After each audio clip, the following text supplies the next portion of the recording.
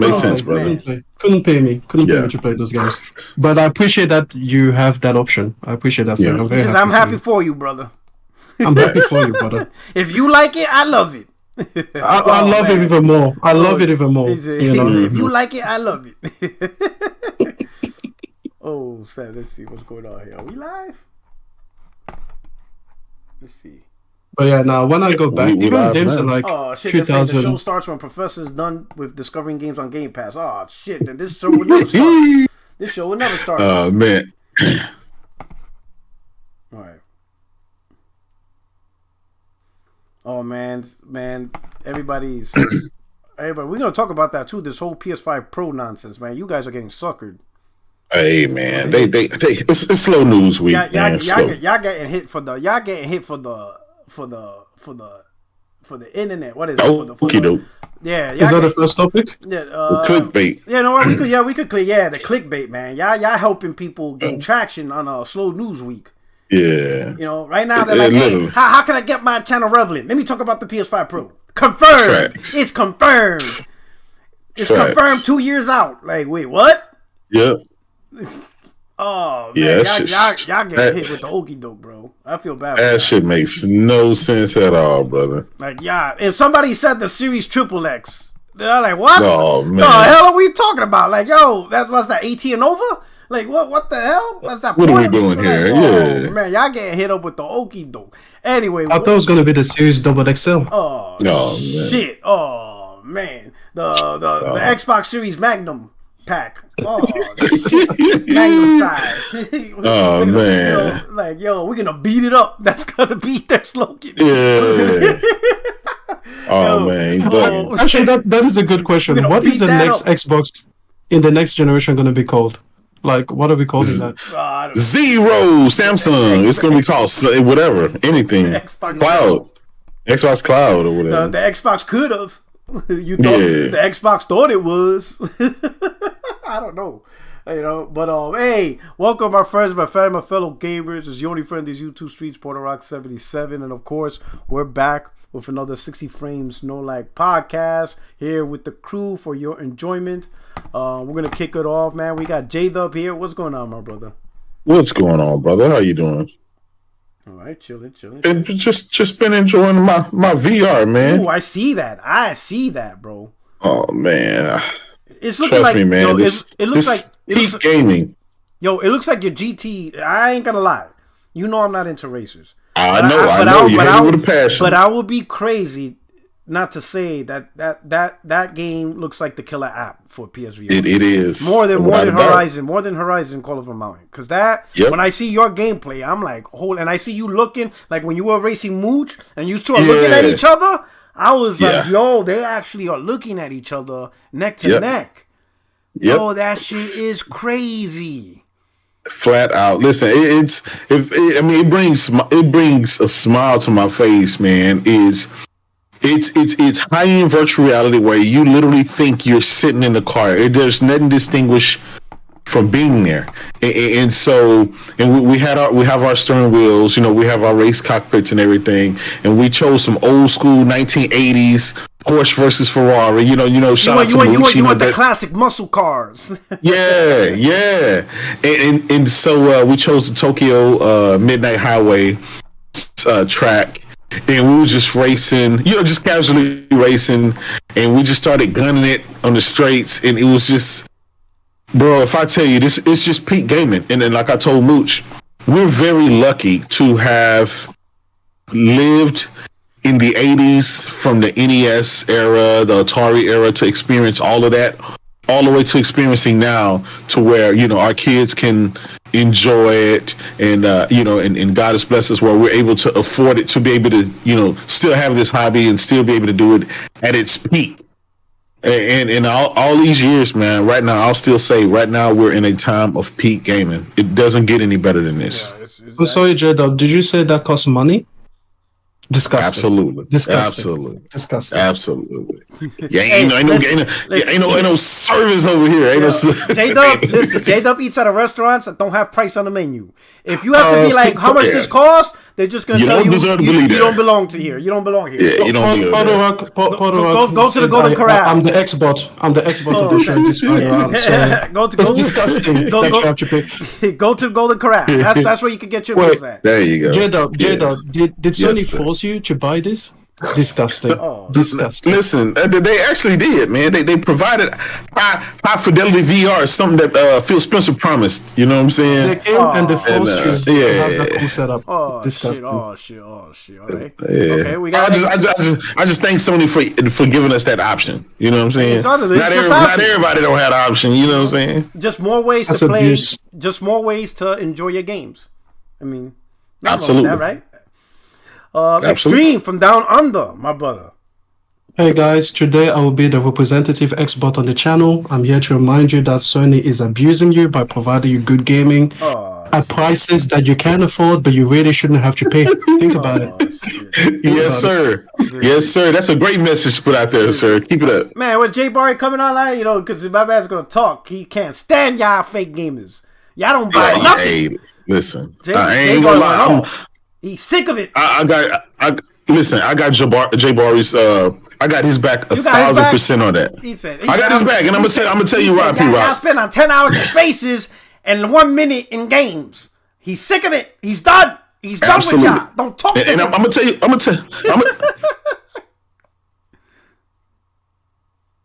gonna tell you why real quick. Right. When Forspoken came out, for when I had already pre-ordered the game, I tried the demo. I bought the game, so I supported. Not only did I buy the game, but I bought the high end edition that came with the deluxe edition that came with the steelbook and stuff like that. And so I not only played the game, but I beat. You guys can always see what J-Dub is doing. And I was an advocate for the game. I said, guys, this is a great fucking game. Go try it. This is just amazing. Once you start unlocking your powers and stuff like that, the game really opens up. It is what it is. It's just a great fucking game. And everybody, why are you playing that trash? That 70-something rated game. It's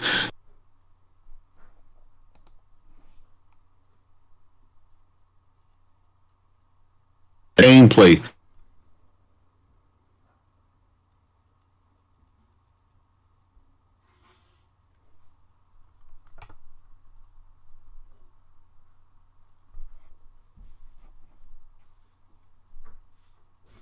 I'm cutting. I'm thinking, what? You cutting in and out? Is it me? No, it's I think it's okay. Me. My dog. All right. Anyway. So it's probably them then, because you.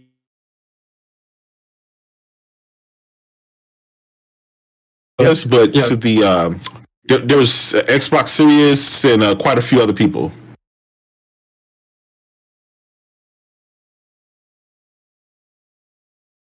Counting down to them.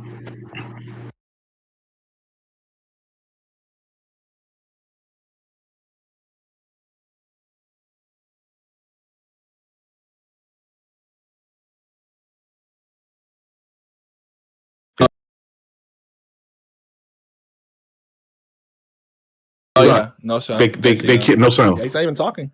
Man, yeah. Phil Spencer said P-Rock, if you can hear us, get that Apple, man. Pre-order that shit now.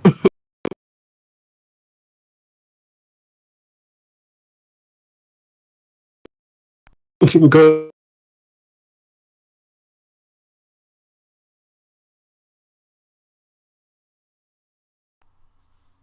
I think Discord is fucking up. Yeah, I can hear me though. Hey, I think Discord is fucking up. We can't hear you.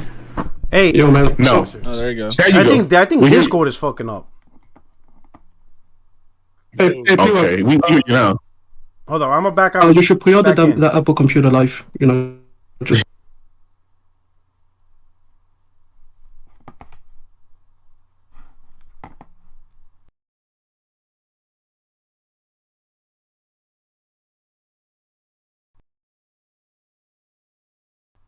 All right.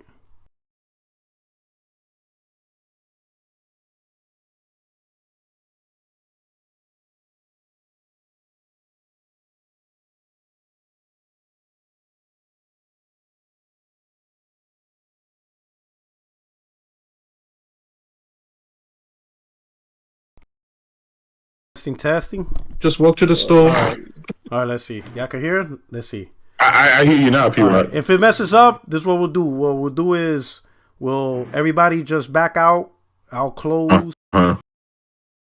Yo, P-Rock, actually, I got a good idea for you. Transfer this to your PS5 and then use it for Discord. Oh, the Discord. It's still Discord. Yeah, I think it's a little bad. Yeah, all right. Still Discord. Here you go. True Virgil. Yeah, his levels are peaking too. He says, "Yo, he says, True Virgil. I it laugh needs to when be in that yellow. It's peak. Everything is peaking, Puerto Rico. What? Everything's what? We can't hear you again, They mate. can't hear me again? You're talking, but we can't hear you. So he's talking, but we can't hear him. Oh, damn! What the fuck? What the hell is going on here? I sound loud. I'm telling you, man. Transfer that to your mobile phone, to your PS5. What's going on? Your Xbox Series. He doesn't have a series. He has an Xbox One, bro. Hey, the best console, the best bot. Yo, at this point in my work, Oh, damn. Let's see what you suggested, P-Rock. Let's just all leave the chat, the call, and then we come back. Hey, so yeah, we're gonna do that. Hey, so everybody, give us one moment. We're gonna close the Discord and we're gonna come back in to see if we could end up on another server because this server is trash. Yeah. Actually, no, you can change that yourself. I think. God damn it! Where was that? I know this. There's a page where you can change. When you click on your name on your Discord. Do you know what's funny? When you start to troubleshoot, it works perfectly. Yeah, it was. I know, right? Now this is like whoa! You want to troubleshoot? Now we good. Yeah, like we good now. You mother. I did notice when you shared your screen and your Discord, your stuff is peaking. You got the. My what is peaking? Go to your microphone. Go to your microphone. On your OBS, you can slide down your microphone. Yeah, on OBS, it was in slide it down just red. a little bit to negative 1.0. This one right here. You can. Yeah, slide that down to like 1. Yeah, see, it should be in the yellow. It should never be in the red. Yeah. All right. Even the desktop audio. So just even talk so that it peaks. But I'm Puerto Rican. That shit's always gonna be in the red. Now I'm lying. That's true. You know what I'm saying? Yeah, the desktop audio. Change it, move it down just a little bit, a little bit into the cement. There we go. Right there. There you go. That's good. Because once we start talking loud and yelling, it starts crackling and distorting. Now it's perfect. All right. Good looking out. Yeah. So we got True Virgil. We good. Well, True Virgil there says, you go. I laugh when I see you guys actually celebrating devs not supporting a powerful console like the Series X. PS5 is weaker but popular, so they cater to it, which basically means it's holding us back. Bro, I laugh. It's not really weaker. No. It's not really weaker. I would just say this: we all laugh that you still capping for a brand that give you no games, and you worry about power. For the series. You know what? He gonna act like Virgil, you out your mind, bro. He's gonna act like the series. God, no, he act like the shit's a 4090. And I'm yo, bro, y'all gamers gotta, y'all gotta be like, you gotta get your priorities straight, bro. Like, yo, this Xbox been in the dumpster fire for years, bro. Like, well, who said that? And you have to remember, the late Optimus Code told us that once the games got bigger and that more devs started streaming their assets, that the PlayStation, and he's not the only one who said that, Moore's Law, Moore's Law is dead. He said it. He said they were going to have a fundamental advantage on the PlayStation, and you cannot, and Mark Cerny says, you cannot get caught up in these T-flops. And he said that multiple times, and other developers I would just say go listen to what the devs said. The devs before the PlayStation came out said they were all saying how great it was and how easy it is to code for. I mean, multiple multi-plat devs said that. The problem was that, and again, Epic Games showed their demo of Unreal 5 on a PlayStation. On a PlayStation. Yeah, so this is old hat. What's holding them back literally is the parity clause that the Series S has. That is starting to have an effect because the games are, and shout out to Cole, rest in peace. He said, if for Xbox, if you want to make a game the old-fashioned way, the Xbox is fine for that. But if you want to make it newer and be more challenging to make, I think I'm paraphrasing him. have more experimentation, then the PlayStation was the best place to deliver your goods. So I don't understand what this argument is anymore. And also, I do back what Jay Barry was saying, but what Jay Barry ran into, and what everybody is now running into, is you have your PlayStation fanboys who immediately ran to Metacritic before Forspoken came out. They literally said that that this game probably won't get a high meta score, and it's going to be an L for PlayStation.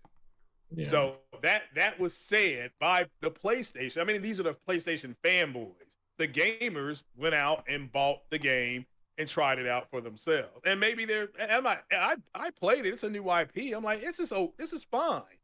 This is good. It's a new IP. Think back how bad the first Uncharted is. It plays like a brick compared to Uncharted 2. And because they, Naughty Dog made, they got better with it. So they got better with their tech, and it's just what you have. And you have these idiots that told you that everything was going to be 60 frames per second and things like that. And a lot of people said, no, you're going to still have 30 FPS games. I was one of those people. Foxy Games UK was one of those people, and nobody wanted to listen. You listen to these idiots, and like I said, these trash ass piece of shit content creators. I don't know why you guys are listening to them anymore. They lied. They told you Sony was going in the wrong direction.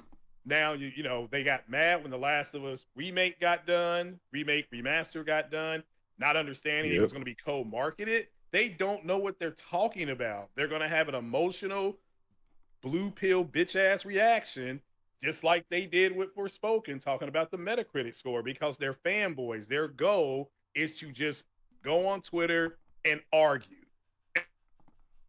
and go on Twitter and have something to say. It's a pissing contest. So it's not about what they say anymore. No, Craig. It's about the people. It's about wait a minute. It's about the people who are listening to them. That's the problem. It's the clout. It's the era of clout. It's the era of clout. Yeah, it's no longer about information, right? Like even when you look at Windows Central and those guys, they've gotten so bad to the point again. And listen, it's on all sides, but it affects the Xbox community so much, particularly because they don't really have games like that, and they're doing. But it does affect the PlayStation community too, because you do have the people that literally won't buy games. They literally they just listen to to all the nonsense instead of just, if a game interests you, buy it, support it, have fun. Simple. And ever since I was a little kid, that has always been my motto. If a game interests me, no matter what somebody say, no matter what, because everybody has a different opinion. I've been known for playing some 60 rated games, some 70 rated games. Not every game has to be a 90 Metacritic for me to buy.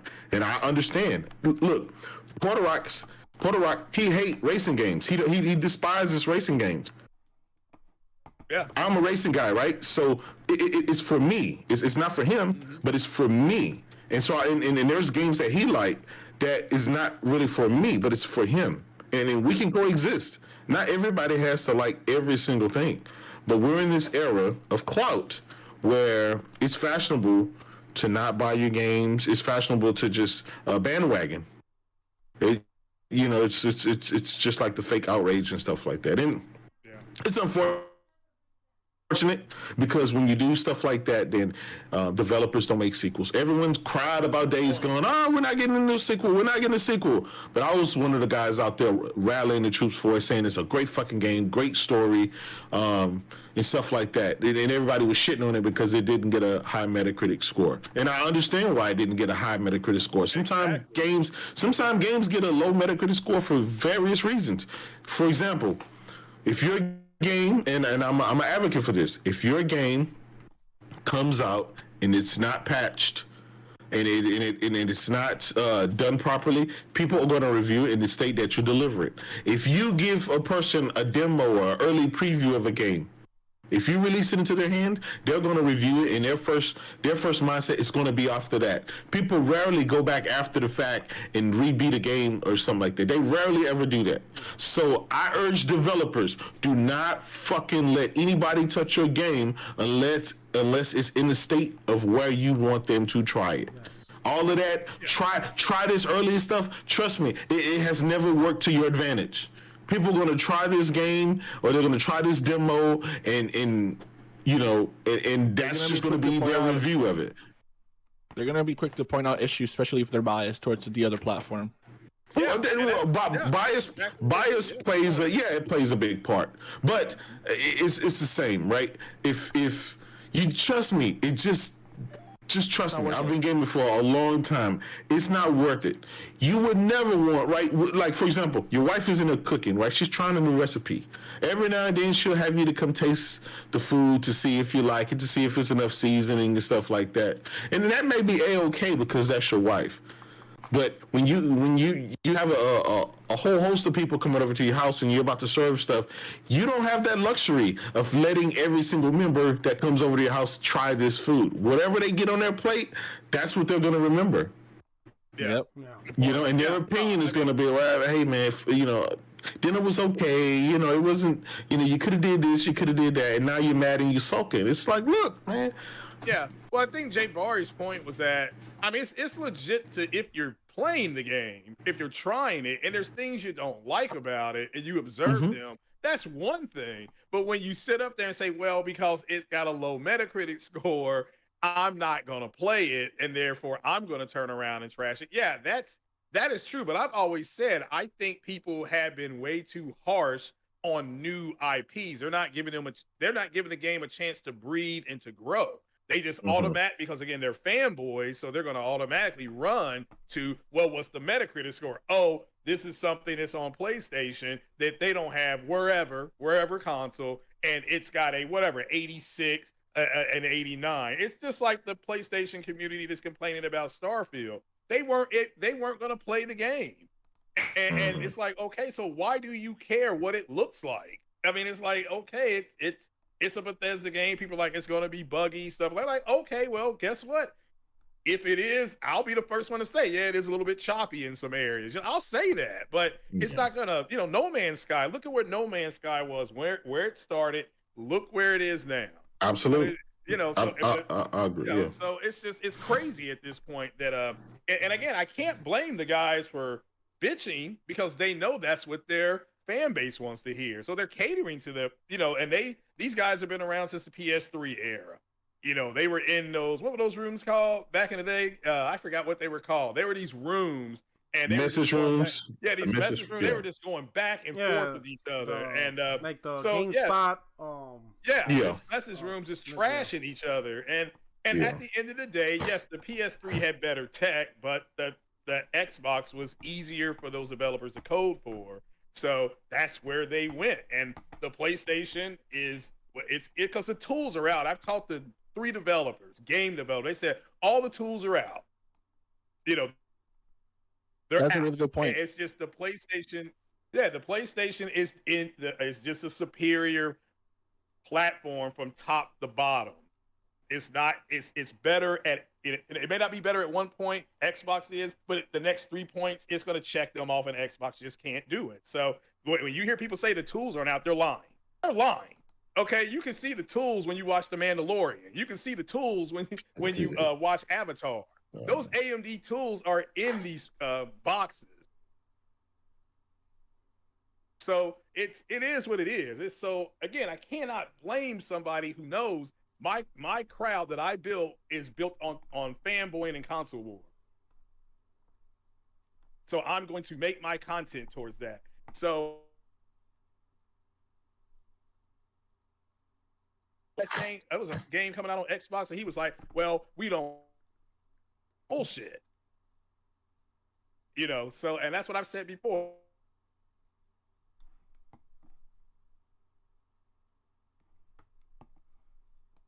Stop listening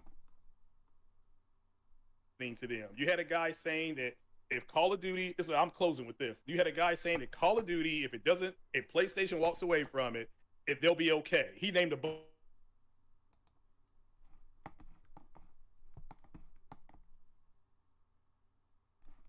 said if Sony lets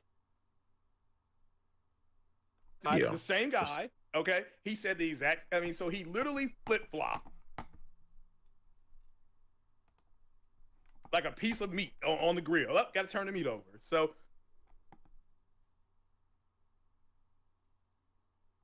I got Xbox guys listening. They don't like the fact that this deal may not go through, so I have to give them something too. That's what he was saying. I like that you point. I ain't gonna lie, I like man. that you point. 360, but the tools in the 360 was so much easier to work with that developers chose to go to that platform and then mess around with the PS3. The PS5 and the Xbox Series X, they're so the power forms, and Mark Cerny went ahead, and although the PS5 may not have RDNA 2 or whatever the hell these Xbox want to say, whatever they have is equivalent, if not better, than the official tools that AMD supplies them. So much so that you're seeing games running way better, a lot more stable on the PS5. Here's the big take from that, right? Is I mean, let's face it. If Microsoft had some first-party games that was out there showing the power of the hardware, there would be a big. That would be a how can I phrase this? That would be an advantage to the Xbox argument that third-party devs just don't know what they're doing. It's their fault. That would be to their advantage. But the fact that Microsoft first-party has no games that really showcase the power that's really doing stuff that the PlayStation can do. Their games not really just running that better, that's outshining the competition. That in itself, it lets the air out of their argument, because it's like, okay, well, it's your job to show, Microsoft, it's your job, right, with your developers and your team to show the gaming community what this world's most powerful hardware can do. You guys are not doing it, and if you're sitting around waiting for third party to do it, you're going to be waiting yet another generation. Because because they didn't even utilize the Xbox One X, right? We still had some games on PS4 still outshining the Xbox One X at certain times, So you can't depend on third party. Not even Sony is dependent on third party to highlight and showcase their games. Now, here's the thing. To their advantage, the third party, they do take advantage of what Mark Cerny provided, but at the same time, Sony's first party is showcasing like the Ratchet and Clanks and the Returnals and stuff like that. They're showing you, or even with the VR, with Gran Turismo and stuff like that, they're showing you what this hardware can do from a first party standpoint. They're not sitting around waiting for other people to do that, because if you're waiting for that, at the end of the day, the third party is just going to sit around and they're just going to the least common denominator. They just want their games to run on all the platforms. They're not going to take this time to showcase every nook and cranny of performance that you have to outdo the other. I just want to say that I don't think Bethesda games because I don't care about them. Why would I look to Starfield, for any kind of, analysis? And for me, that's exactly what J-Dub just said. I want to see the power of the Series X, because contrary to popular belief, I would like to also have a reason to. It's like Xbox has not proven even the power of the PlayStation 4. Just in terms of actually bringing forward something that is out to the gaming community. So that's what I'm looking for. I don't really care so much about graphics.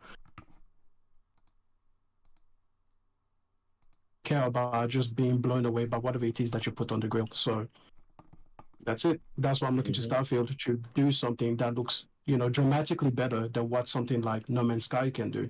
And so far, I'm not seeing it. Yeah, I hate to say it, brother. The game is going to be 30 frames a second, and it's not. And see, here's the problem when you don't have a lot of games, right? This is when you don't traditionally just release a lot of first-party games and stuff like that on your platform. When you go whole years without having games like they did in 2022, is every single game that eventually comes out has to be that game. It has to be it holds the whole platform on its shoulders, right? And when it doesn't, when it buckles under that weight, and when it doesn't do what it needs to do, then everybody's disappointed, and then they kick the can down the road. Well, the next game is going to do it, right? I mean, we've seen it with Halo Infinite. That needed to bring that held the X Series X on its shoulders, and that turned out to not be able to. It buckled under the weight, right? So then they kicked the can down the road to to Forza, right? And as much as the game is niche, right? It's nobody cares.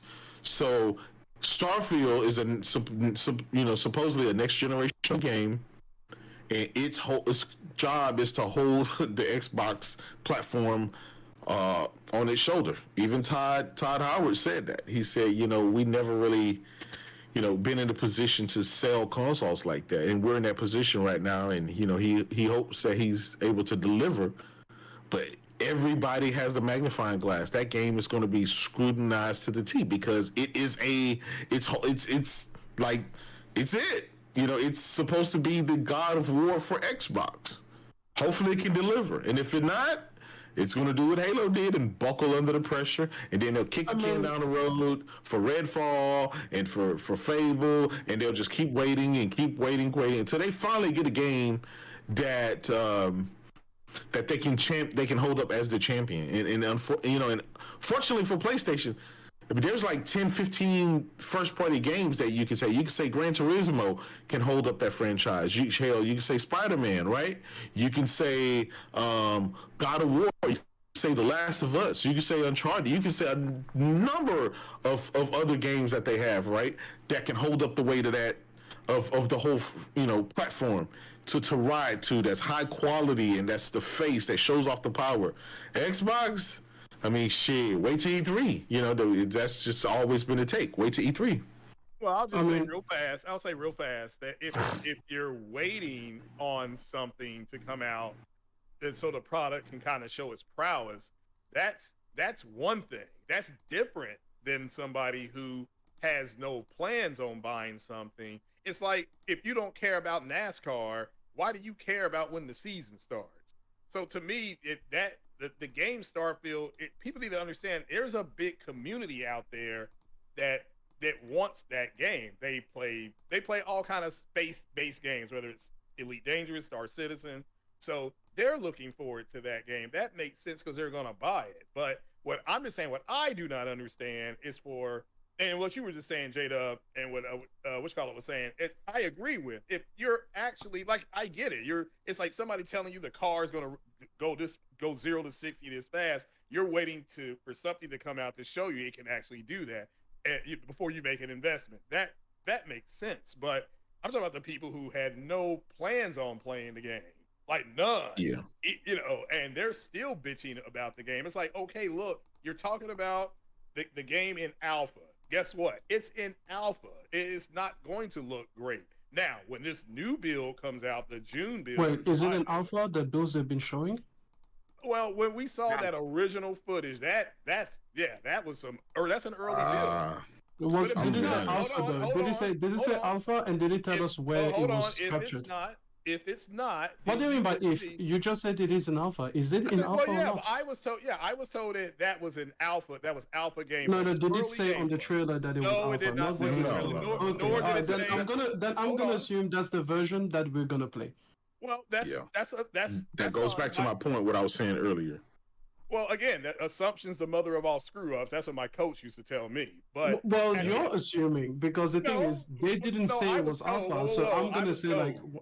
But that's exactly what J-Dub was saying. Like, you put this in front of me. And I agree. No, I agree. If anybody's waiting on something, that makes sense to see the prowess. But I'm talking about people who had no intention. It doesn't matter if all they do is play sports games or whatever. They had no intentions. It doesn't matter what game it is. If you had no intention, then why do you care so much? Now, if you're going to say I'm waiting to make an investment, that's perfectly fine. Yeah, we don't even know if it was running on. People were saying it was running on PC. Some people said it was on the Series X. I don't know if they ever clarified. They being Bethesda, I don't even know if they clarified it. Anything dealing with Xbox, Craig, it's always shown on PC. Okay, that's fine. Okay, so especially from Bethesda. All right, so that's fine. So if it but it's not though. Look any better, it really isn't because I'm interested in buying the console, not the PC. That's what I just said. So you should show it to me on the console. before you No, interrupt. Messiah is saying was it's just fine as told- like a dismissive manner. That's what he's saying. Well, yeah. I mean, again, if you see it in June, if you're interested in it, and you see it in June, and it looks no better, no better. Like they did, it just looks the same. They haven't shown there's really no difference.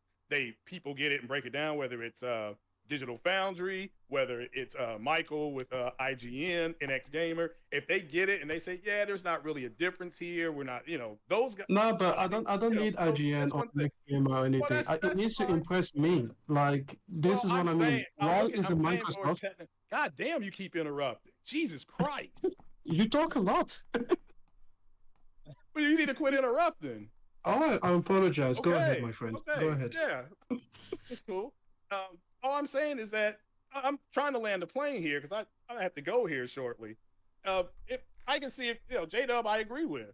If you're looking to buy something, make an investment, and you want to see the prowess, that makes sense. But I'm talking about the people who had no intention. So, like I said, if you don't like NASCAR, if you don't like hockey, if you don't like baseball, I can understand if you don't care. I mean, it's like somebody says that they don't like baseball games, and they're waiting on MLB The Show to come out so they can see what it looks like so they can trash it. That's what it looks like to me. And again, if the game comes out, let me make this clear, and there's no difference in their June showcase whenever they show it, and there's people running technical analysis or people who just say, well, I'm not impressed, that's fine. But I'm waiting on the technical analysis on what this game is doing. Like J-Dub is saying, he wants to see the power of it. Are they running it at 1800p? Are they running it at 4K? Is it 30? Is it 60? Is it have performance? Whatever. Whatever. That's what everybody is, I would think, who's interested in it is waiting to hear, legitimately. But then you got your homosexuals who don't care. They're just, again, waiting for clout, like J-Dub was saying. That's it. Mm-hmm. So let me make a real quick point on this, because I'm gonna be honest, right? Because I understand where J-Bar is coming from, but to me, the group he's trying to go after is insignificant. You're talking a couple of hundred people? I mean, he mentioned people like to be on Spaces. How many people do we see on Spaces? At best, maybe 200. Let's say if those 200 did buy Forspoken, that's nothing. The reality is, when we look at a game flops, we're not talking 200. Hell, we're not even talking 10,000 or even 50,000 people. We're literally talking seven-figure millions of people here. We're talking millions, here, right? And so the people who are talking shit, it's not in the millions. Like Jada, we don't interact with millions of people in the shit talking community. It's literally the same group circling around from podcast to podcast, just interchange on any given day, right? So when a game like Forspoken flopped, you're talking it didn't attract millions of people, right? And look at Hogwarts Legacy. That shit blew Elden Ring out the box, right? Absolutely. So this is what I say, right? This is what I say to gamers. We got to stop treating gaming differently. Gaming is the only hobby. Gaming is the only consumer product in the entire world where we say the term support. We don't say that for anybody else. Like, yo, J-Dub, you rocking that Lambo, right?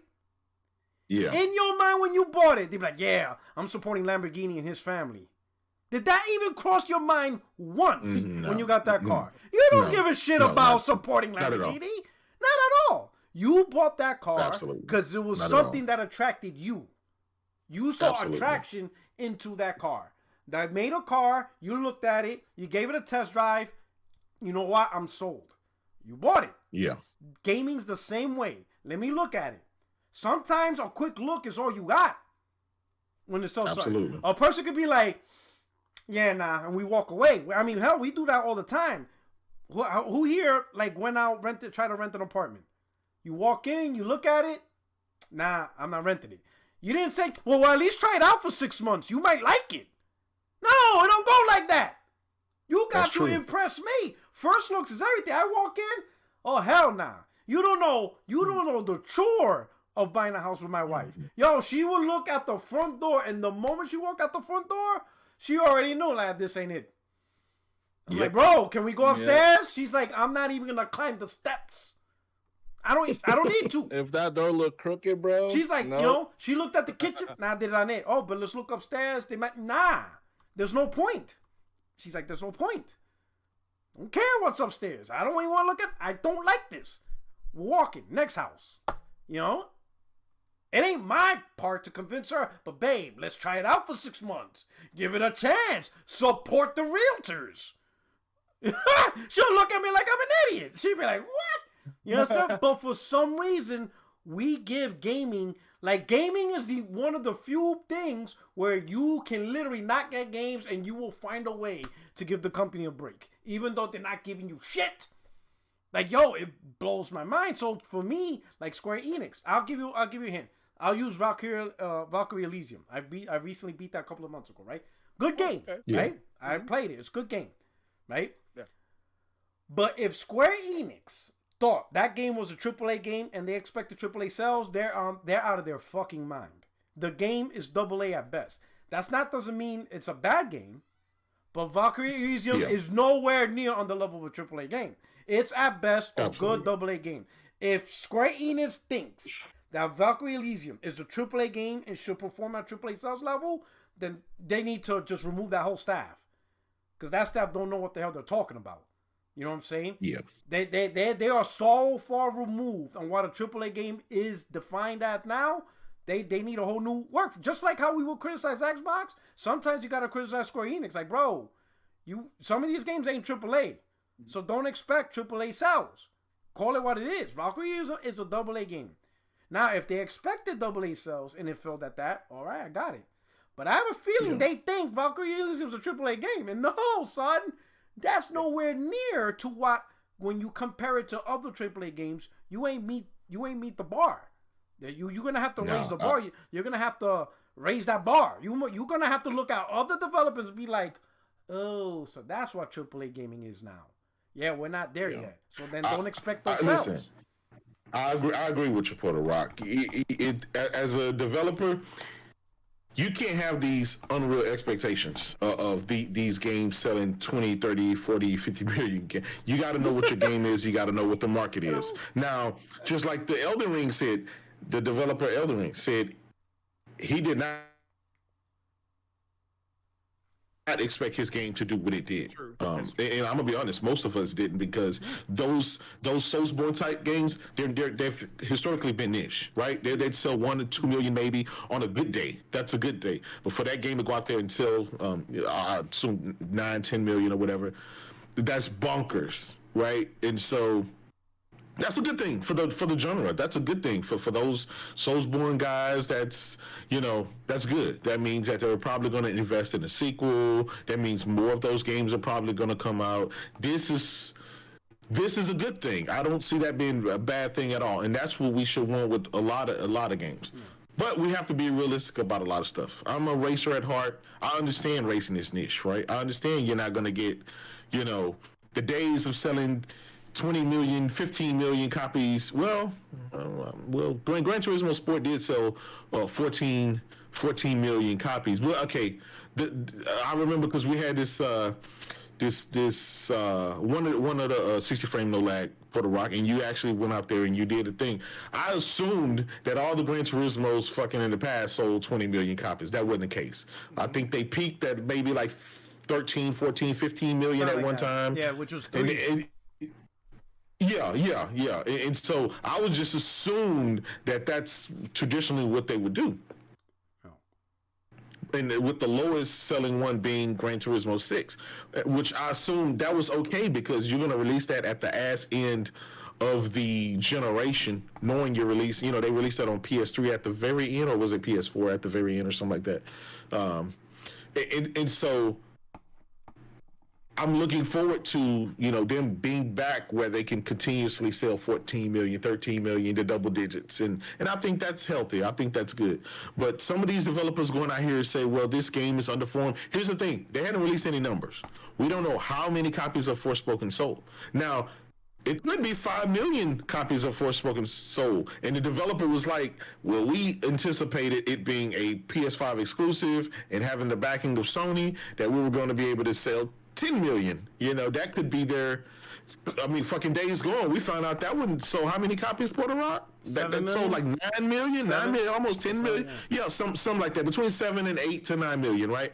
And that was disappointing to Sony because again, they sunk a lot of resources in it. The Metacritic, I know a lot of people say that Metacritic doesn't matter, but for a lot of these developers and a lot of these people, that's critical reception. They specifically talked about Forspoken being critically not received well, and that goes to Metacritic. And so a lot of them, the word of mouth, a lot of them in it. That's why I stand on what I said. Do not deliver your game unless it's ready to be delivered. Don't put it into no reviewer's hands. Don't put it into no demo form until it's totally patched up, until it's exactly done, until you're done, finished with the game. Because people are going to play that, and then people are going to pick out the flaws in your game, and now you're going to go back after the fact, well, we're going to patch this, and we're going to patch. Nah, it's too late. You only have one time to make a first impression, and that is. Yep. I absolutely agree with that. I think I mentioned this before on a podcast that, hey, first impression is everything. Because like you said, once you start the game and beat it, you're going to move on. You're not going to come back to a fixed game. Or if it's that bad, you probably got rid of it. If you bought a physical, you probably sold it or, returned it, got used money. You gotta present your game in the correct light as best as possible. So if you gotta delay the sucker. Because you only get one chance. Yeah. And here's the important part. Let's say like if we are the hardcore, right? And then you got people who aren't sure, they're on the fence. Right? And you rely on word of mouth. Mm-hmm. How am I going to convince the next gamer, yo, you should check this game out when I'm having a terrible experience? Because you gave me a broken game. I have no incentive to screw other people over. And if people ask me during my first week of playing the game, like, yo, what do you think of the game? I'm like, bro, don't get this, bro. I might convince people not to get it. Yeah. Somebody could come, Absolutely. I'll be like, bro, this shit is broken. Already crashed on me twice. Yo, I don't know, bro, but looking out for you, I would just wait. And then you could be like, all right, no doubt, then I'm not going to get it. I was looking forward to it. Mm-hmm. But yeah, I ain't trying to go through that bullshit. It ain't my fault that you gave me a broken shit. And then when somebody asks me my opinion on it, bro, I'm not having a good experience. Through the technical difficulties or issues with it. I don't know what to tell you, bro. You want me to, Jada brought a really good point about not letting people touch your game unless it's absolutely polished, and demos count towards that, which he did mention that. Another one demos sell your game, basically. Like, if I play a demo and it's kind of buggy, that's like, it doesn't give me confidence for the actual game when it comes out. It might not even pick it up. Even though I know demos are normally, like, not the full game at its, like, complete state. And I've known this for decades now, ever since the PS1, PS2 days. The demos are completely different sometimes from the It's not release, the same build. But it's still the title of the game that I'm playing. So even me playing a demo might be like, I don't want to play this then. I don't want to touch it. Yeah, so, most gamers don't understand certain phases of builds. Like when a developer says, hey, this is not the final build we're presenting. I understand that. You guys understand that. But do 10 million gamers understand that? No. Like... tell them, hey, this is a... Look at GTA. Look at the GTA thing that happened. Yeah, you tell them this is a demonstration of the game. To people, you're demonstrating the game. It's literally the word demo. So when you have a bad demo, people are going to be like, well, this ain't good. You decided to demonstrate the game with this. I like Jay Barry's recommendation. Stop with the demos. Just when you have the final build of the game, give a 1 hour, 2 hour snippet of the beginning of the game. Because sometimes, even when you do in the middle, you lose a lot of context. Just let them play the first 2 hours of the game, and if people like it, they'll buy it, and guess what? Now they get to continue. That is how it should be done. The Forspoken demo was a bad one. I played and beat Forspoken. I really enjoyed it. The demo was bad. Not only did they drop you in the middle of the world without any context, they also dropped you where you had a lot of powers without having been taught the mechanics of the UI. And even during the game, they do a better job of introducing the powers to you and showing you how to play the game. But even then, there are a lot of things that you actually have to turn on to make it a more pleasant experience. Things that I think should have been turned on by default because they're there in the settings. So they clearly know that people enjoy these features. So for example, switching skills, there's an option to automatically switch your support skill, which makes combat flow like 100 times more easily. It's so much more enjoyable, not having to micromanage every single thing that you're doing there. And most of the time, you do want to cycle through your support skills. So it is a great option to have. And it is in the game, and you can just turn it on. But it should have been turned on by default. The demo, I'm not sure if it had that option, but it definitely also had it off. So It didn't. yeah, it was a bad demo. And then the HDR presentation. Look, I paid like $4,000 for my TV. I don't want to see a bad HDR game. I don't. I agree with everything he's saying. I agree with it. The lighting for Forspoken was atrocious, like complete garbage. Like there were so many times where it was like whiplash because you will see like a pre-rendered cutscene and then the lighting. Oh, sorry, not pre-rendered, but you will see certain parts of the game and the lighting was on point and everything was flowing. The character models were great, and I was like, "This is good. This is like almost Horizon Zero Dawn level, the previous game." But I'm like, I'm happy with this. And then the next scene, I will look up at the sky and be like, "Why is it overwashed out?" Like it made no sense. And for me, it's the same experience that I have when I pick up a book and it has a lot of typos. I can't stand typos in a game. Like, you were supposed to get an editor. You were supposed to fix this. If you have like, I'm sorry, not in a game, in a book. If you have typos in a book and you have like 10 typos within the first chapter, I'm dropping the book. I don't care. I don't care how good the story is. I don't care. Like, I just don't. You have typos, I'm not playing it. So I'm not reading it. Same thing with the game. But didn't the demo say something to the effect of this is not a final representation? Well, it did after the fact, after they got the complaints. Yeah, it did after the complaints. But even then, it was such a bad presentation. Like, it wasn't just like, oh, it's near. Like, it was bad. Structural wise, it was bad. Presentation wise, it was bad. Like where they put you off in the world is literally the worst part of the, like that overworld they put you into the demo is literally the least interesting part of the overworld. The enemies are literally the least interesting things there, and so there's so much more to the game, so many more areas that you could go to that are more interesting. And I still have issues with the game. I think it's a 7 out of 10, and I think it is like Mass Effect 1 and Uncharted 1. Like if it gets a sequel, I'm hoping it gets that Uncharted 2 moment, because I just think that the foundation is there. They clearly worked on the technology. I want to see a Forspoken 2. But yeah, it's like this person. Craig was right. He made that game. When you get that game into the hands of someone that actually knows how to play with those systems, it looks like freaking insane. The combat and other stuff. It looks ridiculous. Craig was right. He made a point where I think what he was trying to hit at is when you boot up the demo, like any game, right? Early access, any beta, any demo, whatever, it tells you that this is not representative of the final product. And I get that. We all understand that. We see the writing on the screen before you boot up. But that doesn't fly in 2023. In the world of clout chasing, in the world of I agree. I don't care. I'm skipping all these terms and conditions. I'm skipping all of this shit. I just want to get to the gameplay and let me see what this game about. I don't, and that's unfortunate, right? But this is just where we are.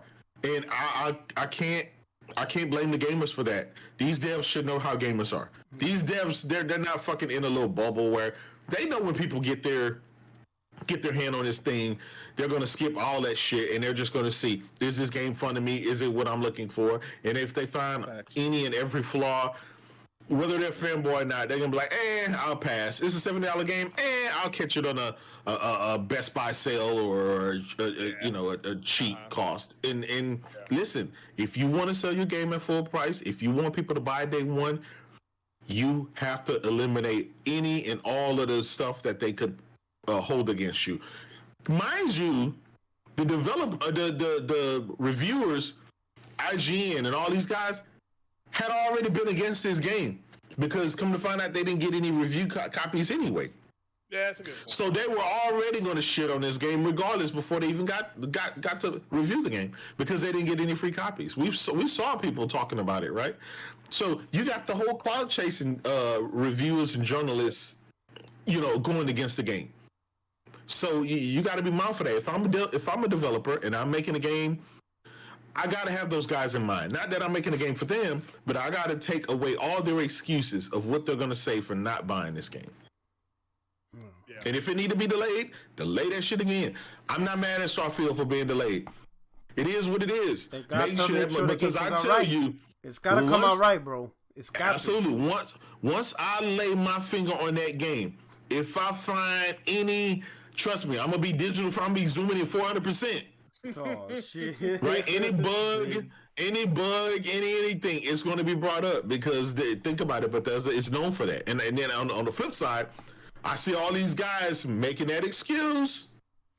They making that excuse. Oh, it's Bethesda. They always make buggy games. I know it.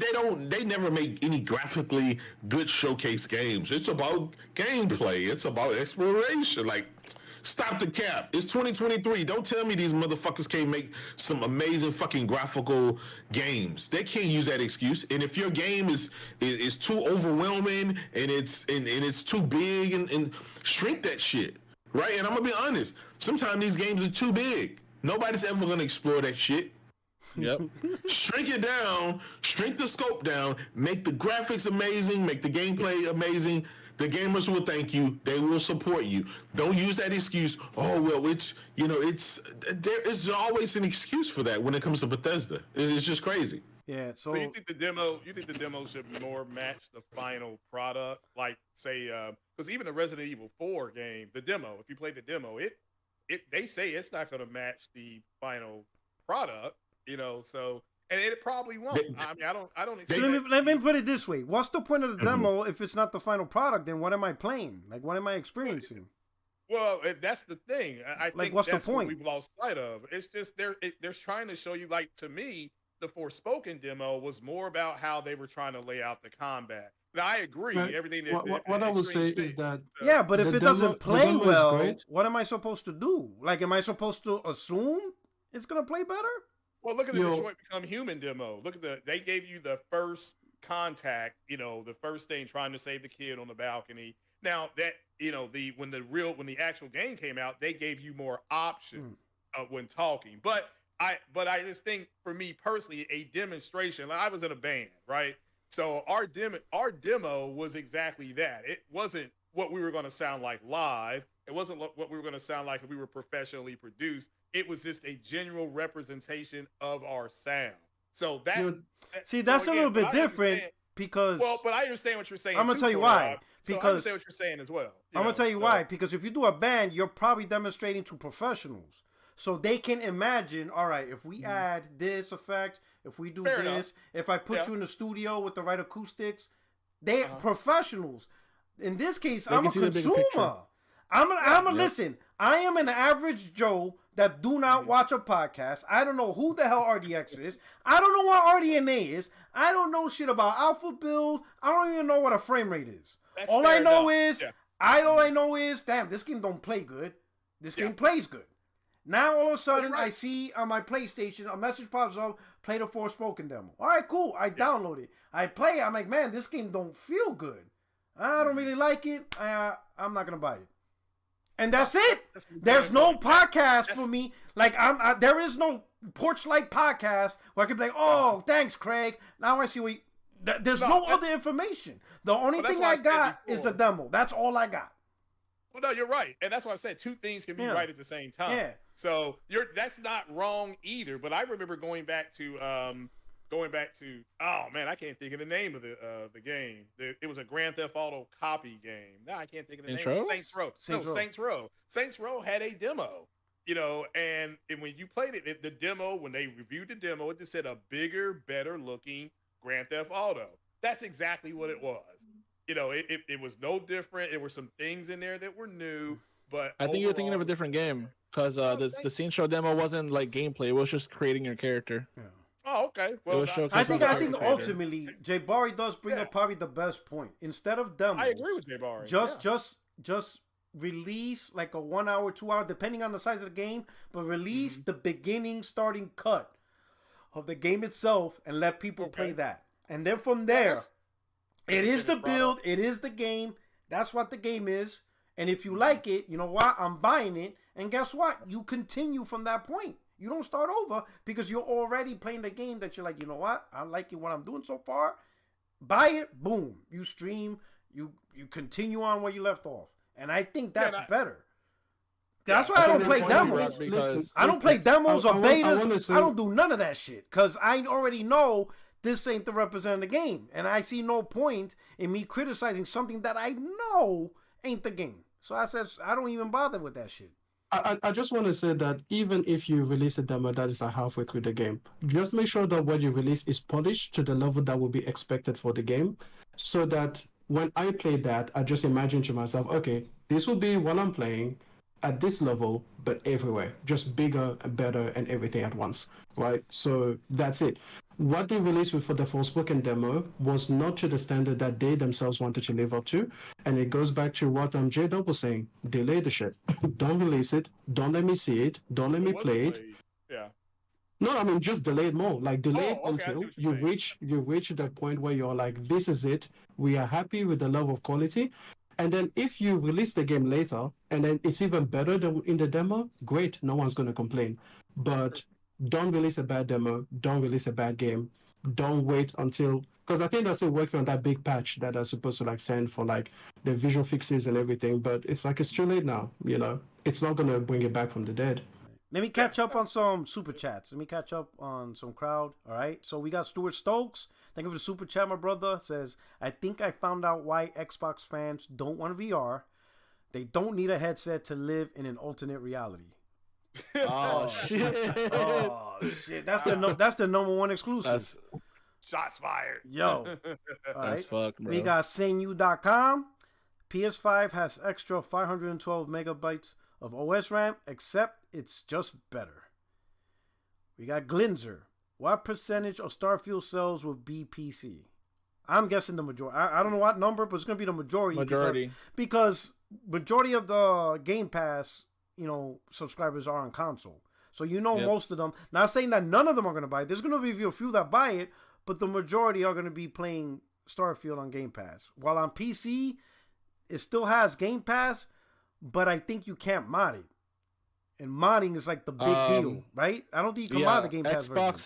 So Xbox has modding on their app, but they have to support the game. It's not just any game that can mod. Yeah. They have to be enabling it. But if you buy it on Steam, but you know, booty and penis everywhere.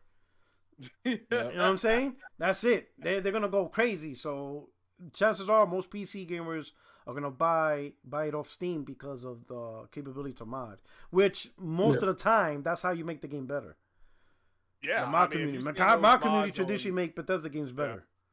Yeah, well, if you've seen the modding on Days Gone, the PC modding, that has been, and the modding that you're going to see on The Last of Us. Don't be upset when you see the PC community have Spider-Man version of Deacon St. John escorting Ellie around. It could be something that's wow. It could be, you know, but this and the Bethesda mods that I've used, like on Skyrim, is they have a mod where if your character doesn't eat or something, that they lose stamina. So they made it harder, because that's another thing. Mods also, they have mods to change the gameplay, add harder modes, new different rules, boundaries. You know, so there are mods that are DLC size. There's a bunch of mods on Fallout 3, even Fallout 4, that it's basically a whole new game. It just plays like Fallout 4. It's crazy. Yeah. No, you're right. But I've said, you know, before I get out of here, two things can be true at the same time. I think Forspoken, that program that Sony has where you can, like, the trials, maybe they could look at it and say, well, you know what, you know, we could have put this in the trial. But I saw a TweetTown article that said that Square had indicated they're going to make, you know, more exclusive deals with Sony. And I agree with what J-Dub said. We don't know the number that Square Enix had written down for what the percentage of sales that they were going to get with Forspoken. Maybe it did very well, but it still came under what the projection was. So I would look at it this way. You never know. So. I would look at it this way. The numbers are relevant. If the company tells you underperform, they're going to have a choice. Do we have faith in the sequel, or do we just scrap it? That's really what comes down to it. Whether it's 5-7 million, to me, those numbers are irrelevant. At the end of the day, if the publisher says this didn't meet expectation, what that means is, do we risk a sequel, or do we cut our losses and move on and start a new project? That's a good point. And that's all it is. So finding out whether Square Enix thinks 10 million is a good number or 7 is irrelevant. Whatever number they feel it didn't reach it. Now they're at the decision point. Do we make a sequel? Now, the fact that the Luminous production is no longer Luminous production, they've been absorbed. Sure, they're still working, but you never know. Like, absorbed into Square Enix, they didn't say how. For all you know, they picked that studio apart and they're gonna be like, hey, you're gonna be on this team, you're gonna be on this team that makes Switch games, you're gonna be on this team. They could have just literally ripped the studio apart. Sure, they all got jobs. They're just no longer Luminous Productions. Yeah, because maybe But I think I would want Forspoken 2 to be made by Square Enix rather than a subsidiary. Yeah. Like, because it clearly needed more. Yeah. So who knows? Who knows if they're willing to give that game a second chance? We don't know at this point. You know, Samzi. It's so good. Samzi, what's good? Hey, what's good, Samzi? Thank you so much for the super chat. Viewmaster617 with the super chat. This how bad Xbox is. A person on another podcast said he'd rather trade in his Series X for a PS3 if GameStop still had PS3s now. That's saying a lot. Yo, listen, at the end of the day, right? And this goes for any platform. Buying a console is just the beginning. What makes it relevant is the games. Without the games, it's irrelevant. True Virgil. It almost seems like time is not a commodity in gaming. Everything else in life precedes time as the most valuable thing, even money. Gamers says nope. I think that was a comment to how I say gamers treat gaming completely different than everything. Herpy God. Yeah. Holy shit. You're right. Like I agree with J-Dub. And if you're chasing cloud and it's kind of and you're fanboying about stuff in this case, it really doesn't matter.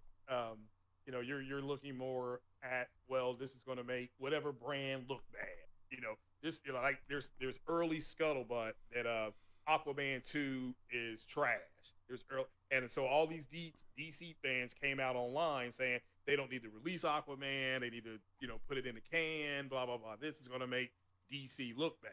So, and it was just it was an immediate, you know, just immediate way that they just did it. So no, I don't. Yeah, I don't disagree at this point. I thought it was a legitimate way to explain it. At least for me personally, I just look at it like he's right. There's just a bunch of fanboys out here and clout chasing, and that's just what they're going to do. Like I said, and I agree with him.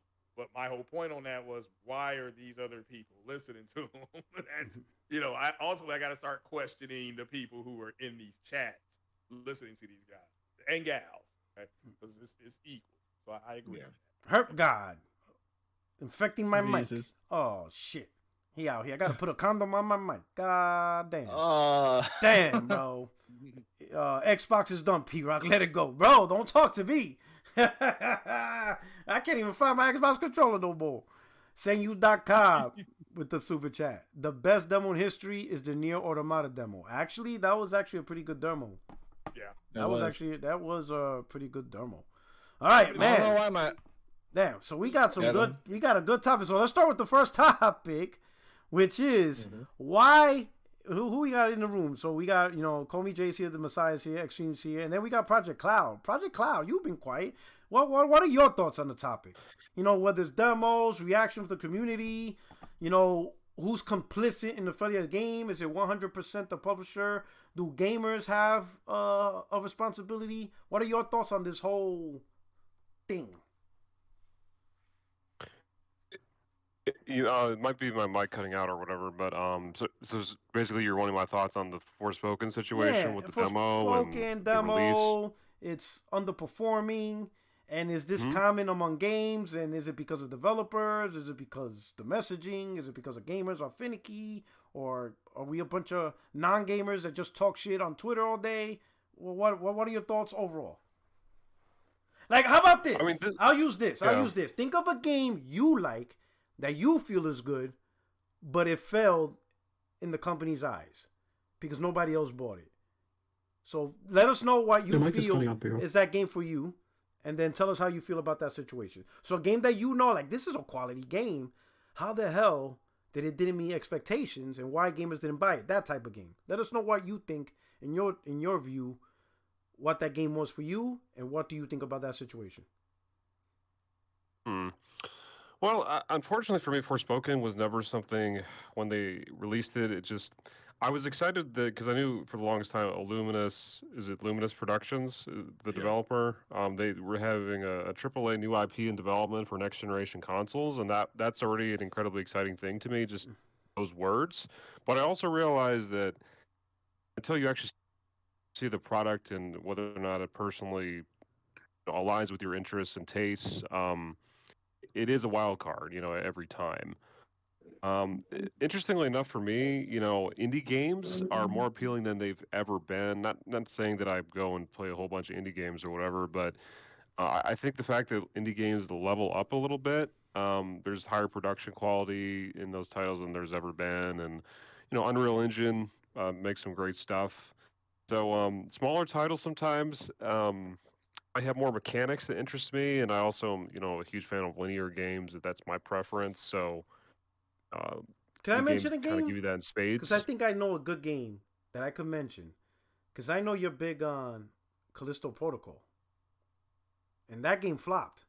So what do you think about that? What do you think about Callisto? Game? Yeah, Callisto Protocol. It came out in December, and I know Project Cloud likes that game, right? So what's your opinion on Callisto Protocol flopping? Was it the developers, the messaging? Are the gamers just full of shit and don't want to pay $70 for games? What's your view on that whole scenario? Kind of like it was said earlier in the podcast that it was released too early at the end of the day. Is what I think. I think it had great marketing. I think there was a lot of interest, and then I think the reviews finally came out, and people were just like, "Nah, I'm good." Just too bad, because I thought this was good. I think for some people, it was like for them a game of the year, such as like Hip Hop Gamer, and maybe I'll think that too when I get around to playing it. Yes, I haven't played it yet, even though I own it. So, look, I can't wait to see it myself. I know there's definitely mixed opinions on it.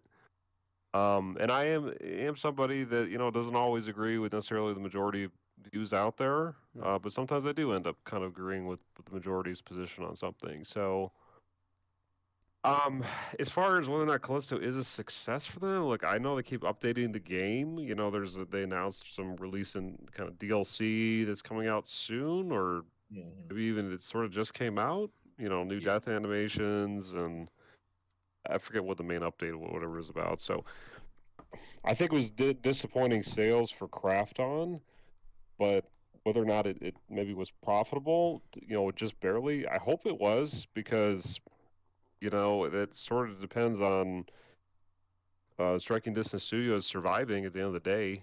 If the game is a total flop, the developer should technically go under, unless they just Krafton has a lot of cash from PUBG and just is willing to keep going and seeing what the next result is. Which, again, I think that developer is safe, but it is a little worrisome when you have a really veteran team and they just didn't quite deliver under seemingly the almost best of circumstances they could have been given, minus the remote working conditions. But they seem to, from the time that studio was initially formed to when the product came out, they just were delivering in spades. Like, they really delivered on a great timeline. It's just they should have delayed longer, and probably in some people's opinion, like,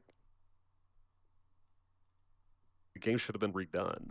As if you're whatever the Metacritic score was, it wasn't good. You should have at least been able to land the 80s, like, easily, I think, with that team. Anyway, about Forspoken, though, that didn't really interest me when it was first actually announced. I just didn't care for the style and tone of it. So it kind of lost me from day one on that. So it personally doesn't surprise me that the game is seen as disappointing by Square Enix. But it's I will say this too, like, I think gamers have, in general, higher expectations than ever. I mean, even though, like Cyberpunk, that had issues at launch, and I think it eventually was able to somehow get past issues with a lot of updates, and I think people are excited for the new DLC, for example. Developer alone. And I think people just, in general, trusted that CD Projekt Red would deliver, and for a lot of people, it still was a satisfying experience, even though there's a lot of bugs and all that, or at least there had been. So it depends on, like, who are you as a developer, kind of what's your marketing strategy for a game. Are you able to fix things well if things go wrong? And seemingly CD Projekt Red has pretty much turned that around in significant way. It's a way different game now than when it was at launch. Yeah, there's just a lot of factors, unfortunately. You kind of have to have the perfect storm these days to really succeed. And, it seems like only if you're a Madden or something will you be able to sell well, even though your game's really buggy. Yeah, some games are immune from Metacritic and criticism. Yeah. Madden, FIFA, 2K, Call of Duty, Starfield, Starfield. I'm gonna tell you, listen, Starfield. I play a lot of Bethesda games, right? Especially the RPGs. But Starfield is gonna go through something that not even Fallout, none of the Fallouts, none of the Elder Scrolls went through, right? Because when those games came out, they were third party. Not only is this the first party of the Bethesda GameWorks Software Studios game, right? Because now they're first party, which holds a different standard compared to third party. But this is supposed to be the beginning of fixing Xbox, which I don't think is fair. I don't think Bethesda should be the ones to be like, oh, we're gonna fix Xbox. Because in my opinion, if I was Bethesda, I'd be like, whoa, that's a whole different segment of Xbox. Like, listen, we have our shit together. Just because Microsoft bought us doesn't mean we represent what they're going to end up doing. Because we could come out with a great game. It does not mean they're going to follow up with equivalent quality. You got to talk to Ninja Theory. Talk to Obsidian. That's their shit. Like, we ain't responsible for their shit, right? And I don't think people realize that. Like, by them acquiring Bethesda doesn't mean every other studio is going to get fixed. I don't think they realize that. They're going to be like, oh, Bethesda needs to show out because this is the start of Microsoft bringing out bangers. Like, whoa, just because Starfield's up a banger doesn't mean, Avowed is going to be a banger. They still have to fix that side of the house. There's a whole side of the house that's screwed up, and that has nothing to do with Bethesda. Bethesda has nothing to do with that. They weren't the ones that caused that problem. The only thing that happened with Bethesda is they just got bought, and now they have more money. Unless they're going to make Bethesda in charge, Bethesda Publishing is technically the de facto publishing of Xbox, then I could understand that. But from what I'm getting, Xbox, Bethesda, ZeniMax Publishing is still just ZeniMax Publishing. They're still in their own lane. They have nothing to do with the decisions of any other game or any other part of Xbox Game Studios. They're still in their own lane. They just have a bigger checkbook. That's it. Well, with that being said, Puerto Rock, listen, I'm gonna tell you this. But I know, but J-Dub's like, listen, I know you're trying to be fair, Puerto Rock, but fuck them. They're gonna get this work. We ain't trying to hit but you know what, J-Dub? By right though, they are first party. So guess what? Absolutely, new standard. Listen, new standard. Puerto Rock, you can't want to take credit when you release a good game, but want to distance yourself and say, no, this was made before Microsoft bought them. They had nothing to do with this when it's a dud. Nah, it's too late now because Hi-Fi Rush is theirs. So that already, the standard's already set, but but I get it. Let's move on to the next topic real quick. PS5 Pro. Ooh, that's a great one, man. I love that report that came out today. Bro, you got sucker. So. You know what? We'll start with you, man. Damn it, Project, man. As much as I try to teach you, Project, watch you let it off. He ain't learning shit. No, go ahead, Project. Go. What excites you? Tell me all the things you like. Tell me everything. Give us your thoughts, Project. Well, okay. So for starters, if anyone is not interested in a PS5 Pro, I totally understand because we haven't even got to Spider-Man 2 yet, which would be the first, photorealistic AAA first-party exclusive for PS5. That's PS5 only. So, yeah, I understand the skepticism of that, and the report was that it's probably targeting holiday 2024 period. I mean, but think about this. Like, that's 4 years since PS5. And it's been a fast, 2.5 years at this point. Go ahead. Brother. It's just a more powerful console. Give it to me.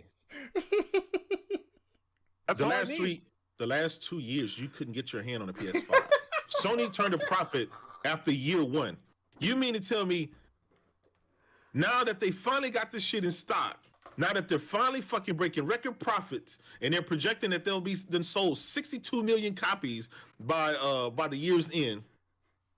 Now you're telling me, right? They want to release yet another product that won't be profitable and to cater to the uber minority. Because think about the PS4 Pro. I think they only sold 4 or 5 million of those, right? Compared to 120 million. 1 out of 5 PlayStation 5 sold was the Pro. The majority were PS4 Slim. You see what I'm saying? Not only that, but the he's only using time as like a measurement of like why this should release. Like the PS4 when it came out, it was underpowered even when it came out. Games that came out day one were struggling, some of them. It doesn't matter. The PS4 Pro had a reason to not only exist but be there too. Like I know that it's the same shit, but like let me tell you why it exists. The only reason the PS4 Pro and the Xbox One X there was actually three reasons. Three reasons. Well, at least for PS4. PS4 had 3 reasons. Xbox had 2 reasons. It was listen. It was the usher in of 4K, right? Oh, 4. Yes, 4K. Yeah, in VR. That's yes, actually yes. Because because Microsoft said the same thing. In fact, Microsoft and Sony both said the same thing. 4K, and they were pushing VR with the Pro. So that's 2 of them. Call Me Jay is also right. The day PS4 dropped, and this was 2013, right? Like 2 weeks after the PS4 dropped, there was PC YouTubers building $350 PCs, $50 cheaper than the PS4, and those things was running at 1080p 60. And I was like, all of them, most of the games were. I was like, yo, it was the only time I've ever seen that you can beat out a brand new console with a PC that's cheaper than the console. It was the first time I ever seen that. I was like, yo, this is crazy. Like, you can actually, for the first time, build a PC cheaper than a console and perform better. It was absolutely insane, right? The PS4 Pro made it sense. It made sense because they pushed for VR, and VR, even though it was capable on the PS4, it was very blurry because the GPU just couldn't do it. But now the PS4 Pro not only can do games in quote-unquote 4K most of the times, but VR was like, that was like to push VR as well, to make it more acceptable or more comfortable for VR for people that buy it. See, the PS5, it doesn't really matter because the PS5 is already a mid to high-end computer, even today, even now. So to be fair, I understand the excitement. Thousands of dollars on PC just to get something. I understand. So it's hard. No, go ahead. That was it. Go ahead. Okay. Yeah. I could understand, oh shit, now. Again, I realized that there was. And I understand historically I was a PS4 Pro owner myself. Loved getting it. Loved the improvements that it brought to the table. If y'all are excited about PS5 Pro, like. But it's I understand. No. So it's not about excitement. It's not about excitement or not excitement. It's just I just think all this shit is full of shit just for clout chasing, and I'm gonna tell you why. Right?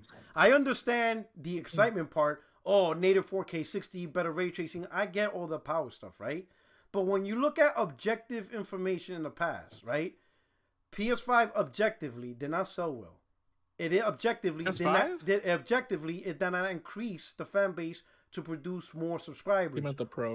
The PS4 Pro. The PS4 Pro did objectively not sell well. In fact, it was the first console they shut down with the announcement of PS5, yet they kept the PS4 Slim alive to this day. Mm-hmm. Right? So objectively, did not sell. That's number one.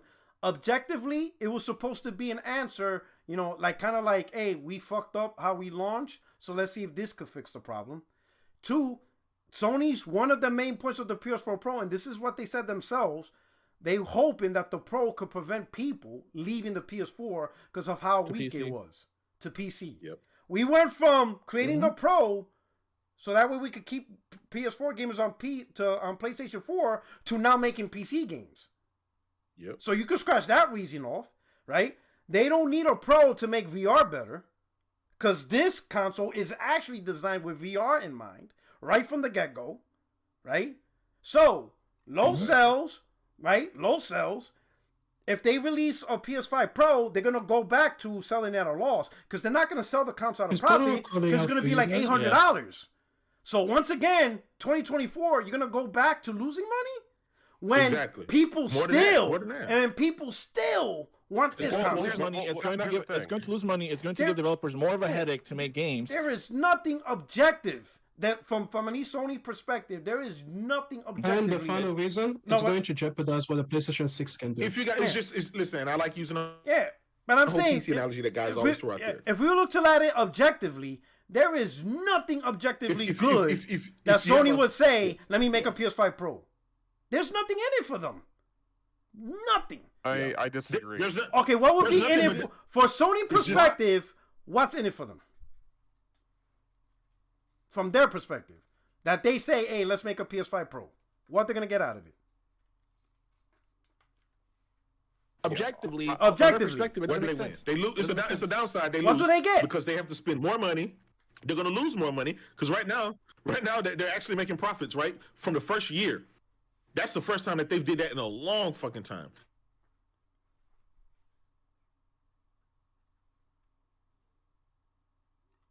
And they're projected to be at 62. If they introduce yet another console, you know, like the upscaling techniques, like the what do they call that shit? The FSR and stuff. Don't act like that's going away. Even on PC, right? You got a 4090. Dudes in most of these games, dudes are still using DLSS and FSR, and that's a fucking $1,600, $200,000 video card with 100 T-flops. So going from the PS5 to the PS5 Pro, the output that you're gonna get is not gonna look any better. It's not. It's just listen. Hold up. Let's say it did. Let's say it did. Let's say it did. Hold up. Let's say it did provide better graphics. Let's say it does native 4K 60 with ray tracing perfectly. Let's say it did all that, right? But the reality is the majority is not going to buy the Pro. They're going to buy the PS5, right? Yep. That's number one, because that's what happened to the PS4 Pro. The majority didn't buy it, right? That's number one. Yep. Number two, they're going to go back to losing money on every console sold. Number three, the majority who's going to buy it already bought a PS5. So you're going to sell a PS5 at a loss to people who already are on your ecosystem buying games. So you're going to lose money, period, because the people who are buying games is already buying games. Yet now you just gave them a console where you just lost money on. These are the lessons Sony learned from the Pro. This is the lessons they learned. Like, oh shit, we just sold the console. Right. Like for example, Jay Barry. Jay Barry buy lots of games. Now they sold Jay Barry a console at loss, but they gained nothing from it because Jay Barry was already in the ecosystem. We already got you. So why do I need to feed you a new console when I already have you? You already giving me money. All I'm doing is going in. So that's why I asked Project Cloud, objectively, from Sony's standpoint, what do they gain by saying, here, Project Cloud, here's a PS5 Pro? Because this is what we're going to get out of it. So that's my question to you. Yep. So I would say a number of the things that in your thinking, I understand where you're coming from. I think, for example, you're indicating, that this console is going to sell at a loss. None of us know that. Yeah, we do. Yeah, we do. None of us know. No, we do. He's always done that. Every single high-powered console sells at a loss. There has never been a high-powered console where at a minimum you break even. It just doesn't happen. That's literally how they get you. That's literally how they're able to get you high-powered consoles. That's literally how they're able to get it to you. They get you high-power hardware. Oh shit, my thing keeps messing up. Testing. Here, so. All right, hold up. Wait, damn. Is my thing messing up? Shit. Have the absolute. You'd have to have the internal. You have to have the internal point with the financial. Hold on, his mic is messed up to really know the stuff. But that being said, his mic. They can't hear us again.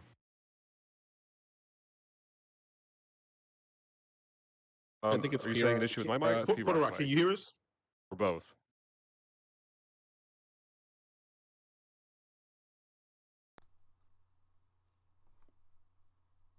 All right, testing. Everybody else is good. Testing. It's All just right. I just had it back out. There you Here's go. my thing. So Okay. the reason why we know that is because every single console, like if Sony released a PS4 Pro and they didn't lose money, then that's the unicorn. Because the reason why they're able to get you high powerful hardware is because they have to take a loss. That's how they get it to you. And then they subsidize it with game sales, subscription sales, peripherals. And while they're subsidizing it, they try to, re-engineer it year over year to get it smaller, cheaper, until it becomes profitable. That's how they get powerful hardware into your hands. By subsidizing the cost. They don't release, hey, we're gonna give you powerful hardware right out the gate, but you're gonna have to pay for it with profit. The consoles will be like $800, $900. Nobody will buy that. You see what I'm saying? It's gonna be at a loss. Just to put this out there, Microsoft literally, their CFO said they literally have never made a dime in over 22 years on the hardware. Every single one of them has been at a loss. So that tells you, right, that there is no incentive, right, for them to go out and make more hardware. For one, for three things. The last two and a half years, we've been dealing with COVID. Call it 3 years. They've been dealing with COVID. They're already backlogged on half of that shit. All of these games have already been delayed. They're like 2 years behind already, right? So they're playing catch up. Now they're at a point where they're finally just starting to hit their stride, just moving to in next generation. Because remember, everything has been kind of cross-gen since then. They're just, and now you're telling me they're going to release another hardware before they even got to see the fruits of this hardware? Like, that would be mad. That would be. Can I just add to this argument by saying that if you want to see why Sony will not release a PlayStation 5 Pro, just look at why Nintendo hasn't released a Switch Pro. Because we all know Nintendo needs it far more than PlayStation does. And yet they're not going to release it because people are buying the current hardware. No company is going to go like, oh, let's go do another $100 million in R&D just to give you something that will just sell as an added bonus to people. Why? The current thing is selling like hotcakes. I'm not going to go put in any extra effort. I'm just going to focus on manufacturing this thing that you guys are buying. It's selling out all the time. And I'm going to ride that wave until you start not buying it. So when is the next Switch going to come? When the sales of the original Switch are waning to the point where they're like, all right, we have to give them something new. No company is going to volunteer to just give you hardware for the sake of it, especially when they have to subsidize it. And J-Dub said that if you had a PlayStation 5 Pro that was not subsidized, it would be like $800 or $900. Probably more, probably like $1,500, because now you will not be able to count on the volume of sales in order to make it cheaper. You will have to set it for being like, yep, I'm only going to do this as a limited run kind of thing. So you guys are going to have to pay more if you want to get in on this, which is why it's just not going to happen. So, okay. So objectively, some of your positions a little better. All right. Let me just say this. That report that came out, I absolutely believe it. Absolutely. I'm again, you guys can poo-poo, insiders or whatever, but was it Tom Henderson? Was the Inside Gaming report? I mean, dude, I don't know what to tell you. If you don't think Tom Henderson has some good stuff out there, I don't know what to say. Well, here's the thing. So I read. I'll use because I read what you're talking about, Project Cloud. The only thing Tom Henderson's referencing is what you call a patent. But the patent doesn't say anything about a PlayStation Pro. It just says that Sony patented this, yes, because Tom Henderson is referencing someone that found a patent for better ray tracing, whatever. It doesn't say anything that it's a PlayStation, has anything to do with PS5. They could be, listen, when it comes to consoles, Sony is already researching the PlayStation 6 the day the PlayStation 5 came out. As soon as they launch the PlayStation 5, that's the day they begin, all right, we got to start working on the PlayStation 6. They always work that way. If you look historically, when they always talk about a console, they tell you after they release the previous console, boom, it's time to work on the next console immediately. Yeah. Also, Puerto Rock. So, patent, I'm telling you what they're doing. They're trying to gain traction and trying to gain information, and they're just trying to do all 50-50. Because, hey, look what's happening. You're getting all these internet sites. You're getting all these people. They're getting crazy clout. Clout comes into attraction. Attraction means money. If next year you don't get a PS5 Pro, they lose nothing. They got to do nothing because they already got what they want from everybody. They got the attraction. You came to the YouTube videos. You hit up their tweet. You gave them their super chats. You gave them all this stuff. They already got everything from you, so it doesn't matter if it comes out. Okay, and let's stop with the whole ray tracing argument, because even on the PC side, right, it's not the next thing that everybody's going to try to go and tackle, right? It's an added value for those that want it. But they're not going to go and make another console to target. Like, listen, the PS4 Pro was to tackle the VR and 4K. The next generation was to tackle the speed and eliminate all the bottlenecks that the developers were having so they could move things to the next level. That means removing load times. That means giving you the option to have the 120 frames to 60 frames and the VRR and the ALLM and all this other shit, right? Because they're really running out of marketing ideas to sell you. It's really at that point they're running out of ideas to sell you. How the fuck can they sell you on a PS4 Pro, PS5 Pro right now? What can they possibly tell you? Is it going to be what, 240 frames? Well, guess what? There's no 240 frame TVs, and that specific thing targets the PC market. So there is a thin line between console and PC. If you try to tell people to spend $600, $700, $800 on a console, that would be stupid, because they would just go get a PC that will totally outdo anything that PS5 Pro can do. You see what I'm saying? So you got to know your market. You can't go too far up to be in the PC space, because people will be like, well, I'm just going to save my money and just be on the PC and call it a day. I'll be good for the next 3, 4, 5, 6 years or whatever, and then move on. They're in the console market. The console market will always be the cost conscious market. There's a ceiling with that. Sony tested it out during the PS3 era with that fucking $600 unit. That was that. Look what happened to them in that, right? That still gives them nightmares, according to Jim Ryan. So they know the max that they can ever charge you for a console will be $499. That's just what it is. That's the ceiling. That's the cap. They tried $600 before. That shit didn't work. So they gotta. I think $499 is the sweet spot. But you don't get mass sales until you be down to $399, and this is why fucking I ain't gonna lie, but PS5 is is the best thing ever. $399 for what you get. Like that's why a lot of people like, why would I spend $299 for a Series S when I can get a fucking full blown PS5 for $100 more, $399. I think the reality is what's good for the industry is never. To me, I thought the mid-gen refresh was the stupidest deal ever. It was just dumb. I understand why they did it, because they screwed up the launch. I got it, but they put good effort into these consoles that we have now, right? And then obviously COVID made things a little bit worse in trying to manufacture, right? What's good for the industry is not releasing more hardware that most people are not going to buy, is get the current hardware that exists and make it cheaper. Because as you lower the price of the current hardware, more people will jump in. More people jumping in means more game sales. More people out there to be like, you know what? We could get game sales, right? Maybe Forspoken would have sold better if we were at 60 million versus 30 million PS5s, right? There's just more people who own the console, more eyes on it, right? That's exactly what we'd be focusing on. This whole conversation, like we barely get, it's just, I'll be honest, it's a little frustrating that people like want more hardware, but you hardly buy games. So you want more hardware for what? You're not buying games. You just want more hardware to say you have more hardware. But then when we look at your trophies, bro, you bought like 5 games. So you want 4K 60 on 3 games that you play? Like you're ruining the economy. The economy of consoles is simple. Consoles launch. The first year or two is the hardware talk. Got it. That's the excitement, because in the beginning, it's all about the possibilities of what you're going to get over the next 4 to 6 years. But after the first 2 years, that's it. We're done with the hardware talk. Now bring the games and the hardware we have, get it out there to more gamers, so that way developers have a bigger chance of more success. But now we got stuck in this perpetual conversation of talking about RDNA more than the games themselves.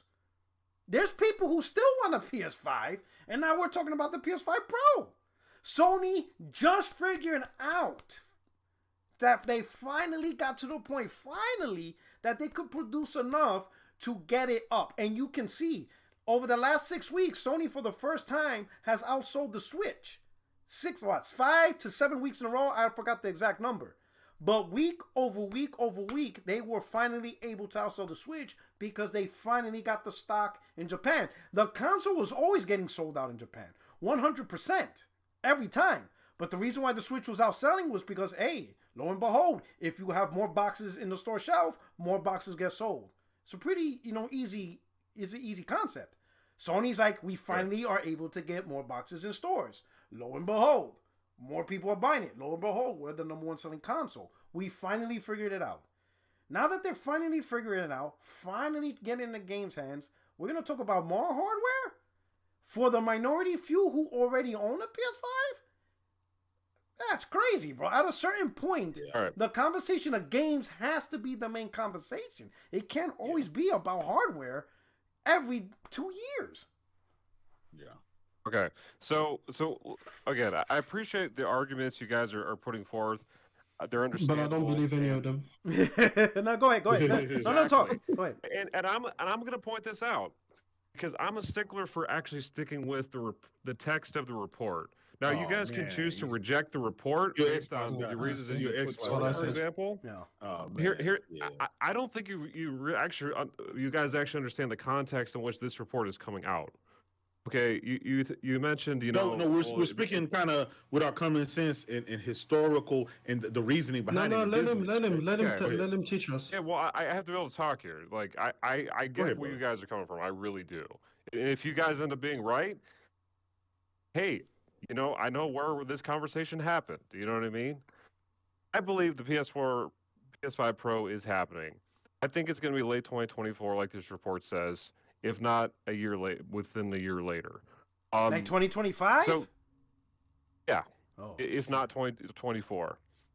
So, how long is this but I generation believe, be? nevertheless, let him Pro go. Let him go. Generation. Yes.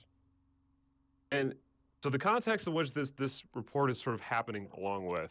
So, YouTuber Red Gaming Tech, he had come out with some videos recently, basically saying that the PS5 Pro is canceled. And that Sony is instead going to the PS6 from a hardware perspective, which would not be until like 2027, 2028 or later.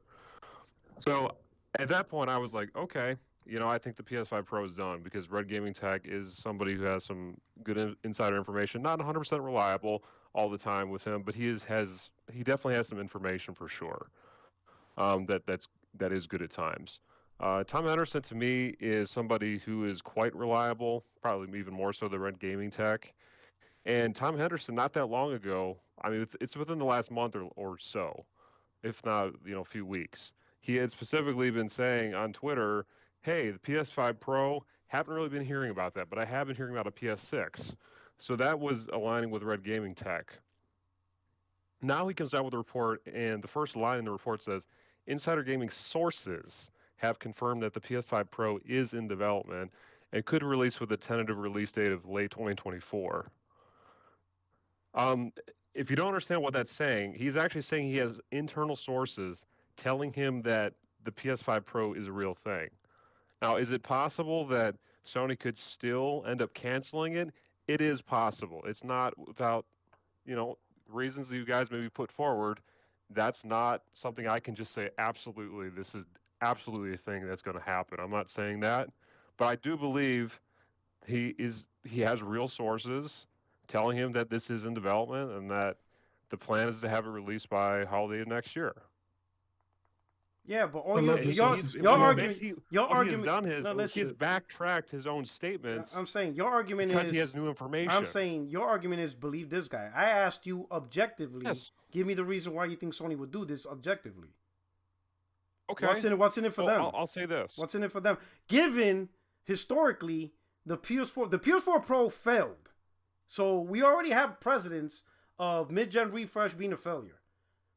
We already have precedents. That's the reason, that's why we have precedents, right? So we have a precedent that a mid-gen refresh didn't really work out because one, people still went with the cheaper model. Two, the people who did buy the Pro were people that were already in the ecosystem. So it's not like they bought two games, right? Like a PS4, let's say like the PS4 vanilla owner who bought the PS4 Pro, they didn't buy extra games because of the Pro. You know what I'm saying? It didn't change much in terms of fluctuation of game sales. PS4 Pro didn't change much. So think about it from the company perspective. You really don't get extra game sales. You don't really get extra subscription sales. PS4 Pro didn't do that. You know, what you would call it. And you started off with a revenue loss. But let's assume, screw the revenue loss on the console. Let's assume that they break even. Let's say they found a way to break even. They lose nothing out of selling a PS4 Pro. But what more does it do? It doesn't increase more game sales because it's not like, oh, I bought a Pro, so I'm gonna buy 2 copies of games. You don't. Hey, I'm gonna subscribe to PSN Plus twice. You won't. I have a reason for why they do it. But I say, you see, so what do they get out of it? Can I just say it quickly? It's because they want to have 12 T-flops. They want to have 12 T-flops. No, seriously. What do they gain out of it? In fact, and keep in mind this. The very first console they shut down with the quickness was the Pro. But they kept the PS4 Slim alive. Okay. So, I obviously acknowledge that they have canceled the PS4 Pro. As to whether or not Sony views the PS4 Pro as a success, I say absolutely they do. Absolutely. How? Why? Yes. How? It served its purpose. What's the purpose? The purpose is what has already been fulfilled. What was it fulfilled? What did it fulfill? Which was? I mean, you guys already explained the reasons. Like it was okay. It was made. Hold on. It was made for 4K gaming, right? To target 4K and VR. Yet majority of the games that did that, like majority of the people that bought the games that targeted like the PS4 Pro still bought it on the PS base, and VR was mostly PS4 base people using it. It wasn't PS4 Pro, so it didn't serve its purpose. Like the purpose of any the purpose of any console Sony got. The purpose they generally expected. Maybe they had a little bit higher expectation of it. I won't say that's out of the realm of possibility, but I think overall they're satisfied with the PS4 Pro. How? To the point that they want to make a PS5 Pro. Let me ask you this. What's the point of selling a console? Any console, regardless of mode, model. Yeah. What's the point of the console? What is if a company says, "Hey, I'm making a console and I'm selling it," what do they expect that console to do? So I would say PS5 Pro, it can't exist with outside of the realm of the PS5. But once you have a PS5, a PS4, or a PS5 Pro is something that makes sense. What? That makes no sense. I don't even know what you just said. I'm gonna be honest. I don't even know what you just said. I just want to hear what makes sense. Let's start with the basics. Let's start with the basics. Nintendo. Let's start with the basics. Nintendo, Sega, Neo Geo, TurboGrafx-16, NSC, Xbox. They all at one point decided, hey, we're going to make a console. When they sell this console, what is its purpose? What is it supposed to do ultimately? Well, again, at the end of the day, all these things are about making money, or at least... And how they're going to make money? Doing what? Well, again, I don't have the numbers. No, I'm not asking. You don't need numbers. You don't need numbers. You don't need numbers at all. Nothing. It's just it's the actual process of why a gaming company would make a console. Let's say if I want to make the Porter Rock box, and I'm selling the Porter Rock box, and when I sell this Porter Rock box, why did I sell this Porter Rock box? What do I want it to do ultimately in order to make me money? It needs to do money. But how? How does it make money? How does a console make money? Games. There you go. There you go. Accessories. And there you go. That's it. That's it. Yeah. If it doesn't sell games, if it doesn't get me subscriptions and sell peripherals, it's useless. It didn't do what I wanted it to do. It did nothing.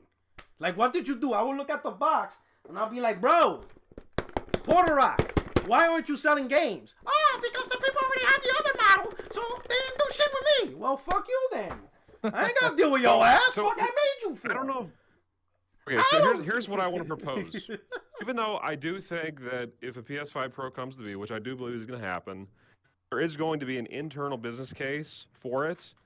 But we're obviously not going to have all the details on. Wait, so you refuse any give us examples. That doesn't say give us examples. That this will happen. What? There's a thing. I'm not claiming to know what those details are necessarily. But I will say this: if a PS5 Pro comes out, there's going to be I would expect a Mark Cerny presentation. Can we move on to the next topic? He tired of this. I'm just like, there's no point arguing I because mean, his argument is, final well, I verdict. don't know how All it right, would happen, let's final verdict. We'll but just if move it on. happens, Call me, I'll be well, happy. hey, let's do it right now. We'll just say it right My now. argument is it will happen. Okay, so But I don't need to know all of the business information going on to be able to say this is going to happen, this won't happen. Like, Okay, when the it reality does, is, Hey, no, it doesn't matter. Hey, it's not going to happen. we'll move on. We'll move on. to We'll just call me Jay. Final verdict. Is PS5 Pro? The final verdict is it's not going to happen. The PS5 is already a high-end system. The PS4 base is not. So that's why the PS5 Pro, PS4 Pro exists. And it still didn't work out for them, so they're just going to go high-end with their base model, which is the PS5. There's no reason for a PS5 Pro because it wouldn't change much. VR already works perfectly on PS5. Games already run at 4K, HDR, ray tracing, all this other crap. There's no need for it. It's just you wishful thinking that you want a PS5 Pro, but it's not going to happen because it doesn't make sense. All right, extreme. No, extreme. All right, extreme. Final verdict. We're going to move on. We're going to move on. Extreme. Final verdict.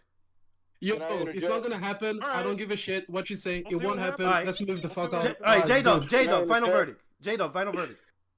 Can I interject? Hold up, J-Dub, final verdict. Listen, J-Dub, final verdict. If they announce a PS5 Pro, like somebody's eating crow here. Yeah, that's why we're doing final verdict. J-Dub, final verdict.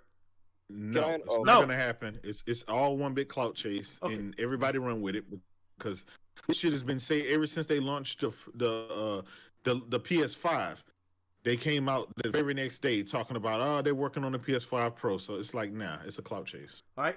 Hey, Project Cloud, final verdict. It's happening, baby. Happening. All right. Hey, all right. Uses, final verdict. Do not come in with no paragraph. We ain't trying to hear that shit. You were too late. Final verdict. About the PS5 Pro. Yeah, happening or not happening? I think it will. All right, good. Hey, good. Right? Wait, I gotta get my photo ready. Well, No, nah.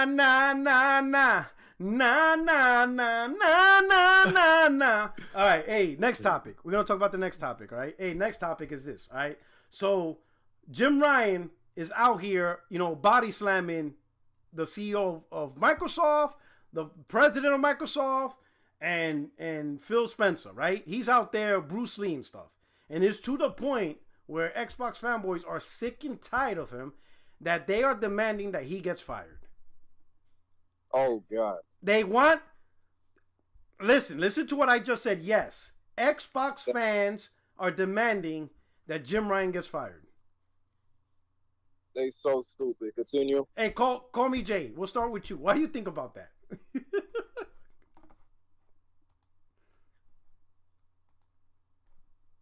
On me, okay?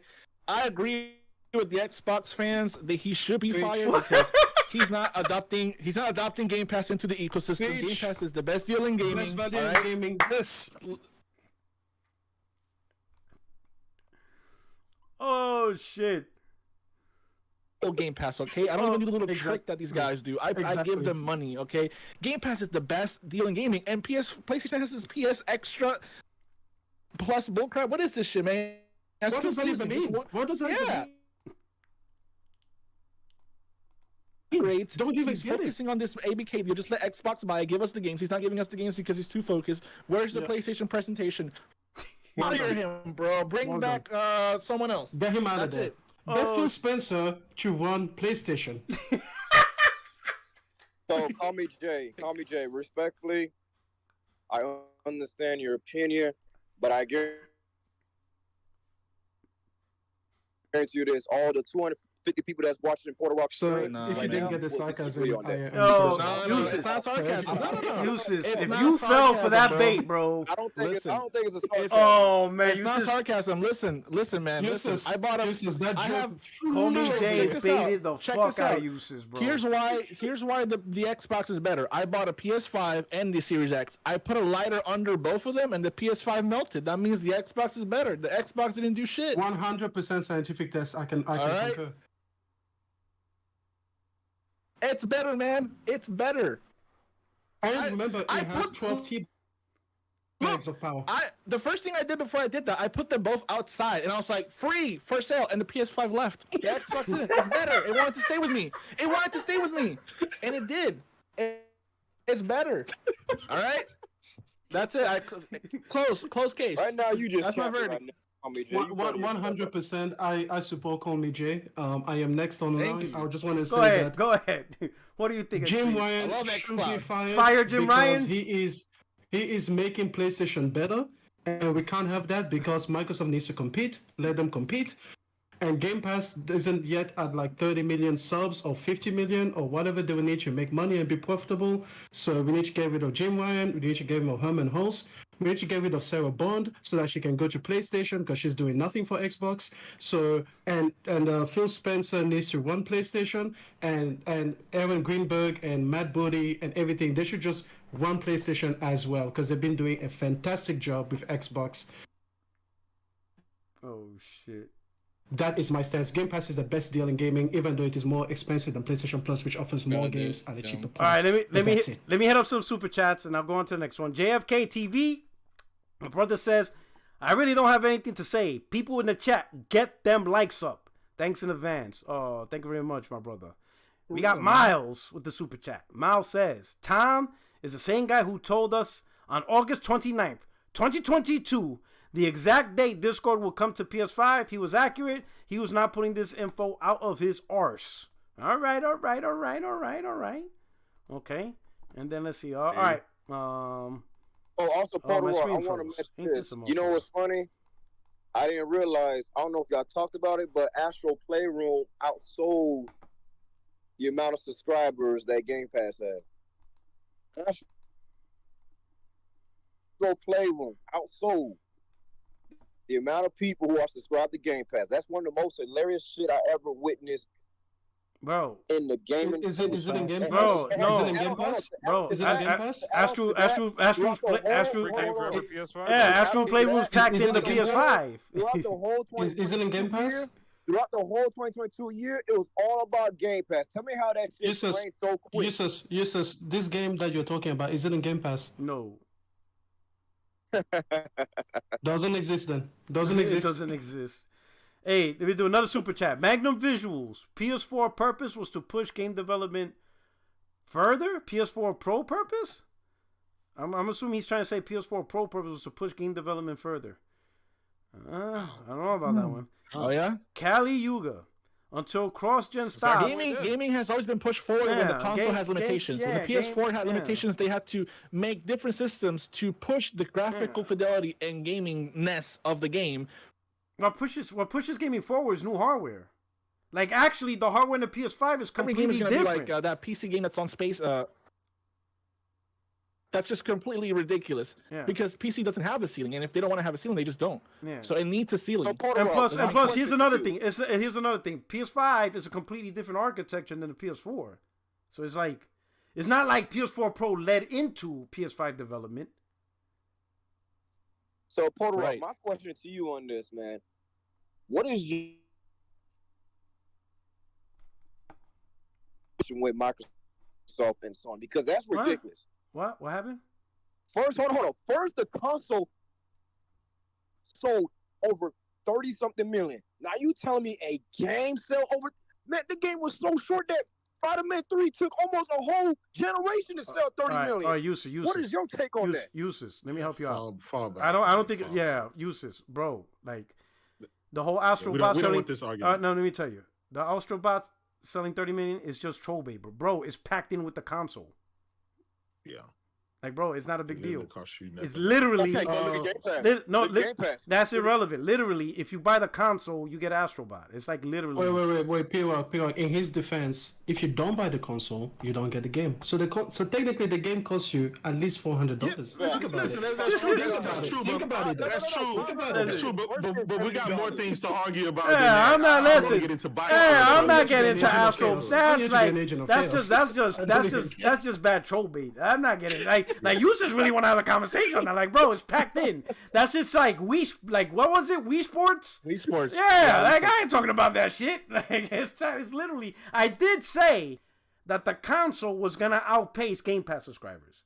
I said that before launch. I'd be like, watch the console outpace Game Pass subscribers. And Game Pass had a head start in 2017. And I was right. Hear me out on this, Porter. And I was right. Yusuf, please, just let me. One last thing I just want to say real quick. Technically, Sony sold more of the cardboard boxes than Game Pass subscriptions. Think about it. Man. Think about it. Sony sold more of the instruction manual. Yeah, more instruction manuals got sold than Game Pass. Look how long it took for Spider-Man to sell over 30 million. It took like almost a generation, man. Uses. This guy really don't get it, bro. Oh my god. Uses. Let me help you out, Uses, so you can relax. Let me help you out. PlayStation console sells hundreds of million, or over 100 million. Spider-Man games don't. Do you understand? Any game packed with a PS5 is gonna sell. Any game packed in a PlayStation, any game. You could fucking Forspoken. If Forspoken was packed in the PS5, that game's gonna end up selling 100 million. Any game packed in a PlayStation is gonna sell what the PlayStation sells, and PlayStation generally sells 100 million. So if you take Forspoken and you pack it in a PlayStation day one and it stays there, oh my god, we sold 100 million copies of Forspoken. No, bro, you sold 100 million PlayStation. Come back. Yeah, that's what I'm saying. It doesn't matter. You could put. You could put Bleeding Edge packed in a PlayStation 5. Bleeding Edge is gonna sell 100 million. I respect your content, man. I love it because you know how many times I go back and watch that Kojima podcast to hear how crazy I sound. But I'm gonna tell you right now, you sound more crazier than that because there's no way you're gonna tell me Astral Playroom sold Game Pass. It's free. It's a free game. Bro, it wasn't Astral Playroom. It was the PS5. That's what I'm trying to tell you. You can take uses. There's bigger things to fight about than this. Uses. No, uses. No, hold up. This guy. Oh my god. No, J-Dub, but this is important. I can't let my brother go out like that. No, J-Dub, this is important because this is what separates us from the Xbox uses. Yes, think of the worst game you hate that you know sells like shit. Think of any game. Tell me that game right now. But it's entertaining. No, listen, uses. Think of right now a game you think that you know absolutely sucks and it sold like shit. Give me the name of that game right now. Uses. Don't let them get you. Give me the name of the game right now. What is that game, Uses? Uses. What did he say? There's gonna be a sequel. There's gonna be Uses. Tell me the name of a game that you know is trash. You don't think there's gonna be a sequel? You're not a real player. No. All right. How about this? You don't think there's gonna be a sequel? Uses. You're not a real player. Uses. How about this? Name me an Xbox game that sold like shit. That you know sold like shit. Oh shit! Damn, good question. Pentiment. All right, cool. If you take Pentiment and you packed it in PS5 day one, it would be at 30 million right now. No, we're not. Man, listen. Okay, I'm going to put the foot down here. Let's just stick to the topics. Why you have topics, to be okay? like that? No. Okay, we've been dragging it for too long. Okay. All right, fine. All right, Jada, what's your opinion on Xbox wanting Jim Ryan to resign to get fired? You killed people. Hey, listen, I think that's crazy. You're asking a guy who company is breaking records left and right from a financial standpoint, from a hardware standpoint, from a game standpoint, from a VR standpoint. This guy's a panel member of We Bleed Green, bro. Standpoint. This guy's about to start up the We. This guy's about to start the We Bleed Blue podcast. Oh shit! Hey yo, Yusuf, do you understand? Yusuf, do you understand what I said? If you take what? We already.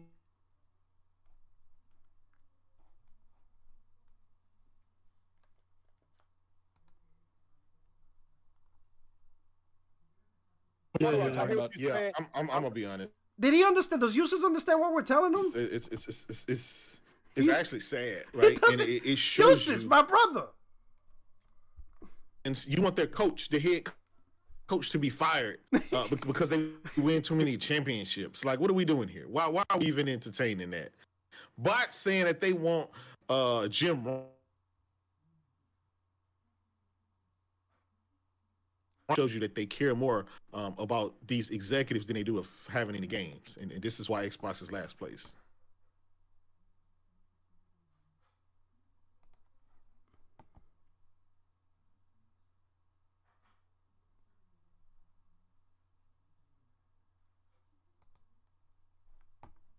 So Porter Rock, unfortunately, wait, you know, I love your chat. I love your chat. I love your chat.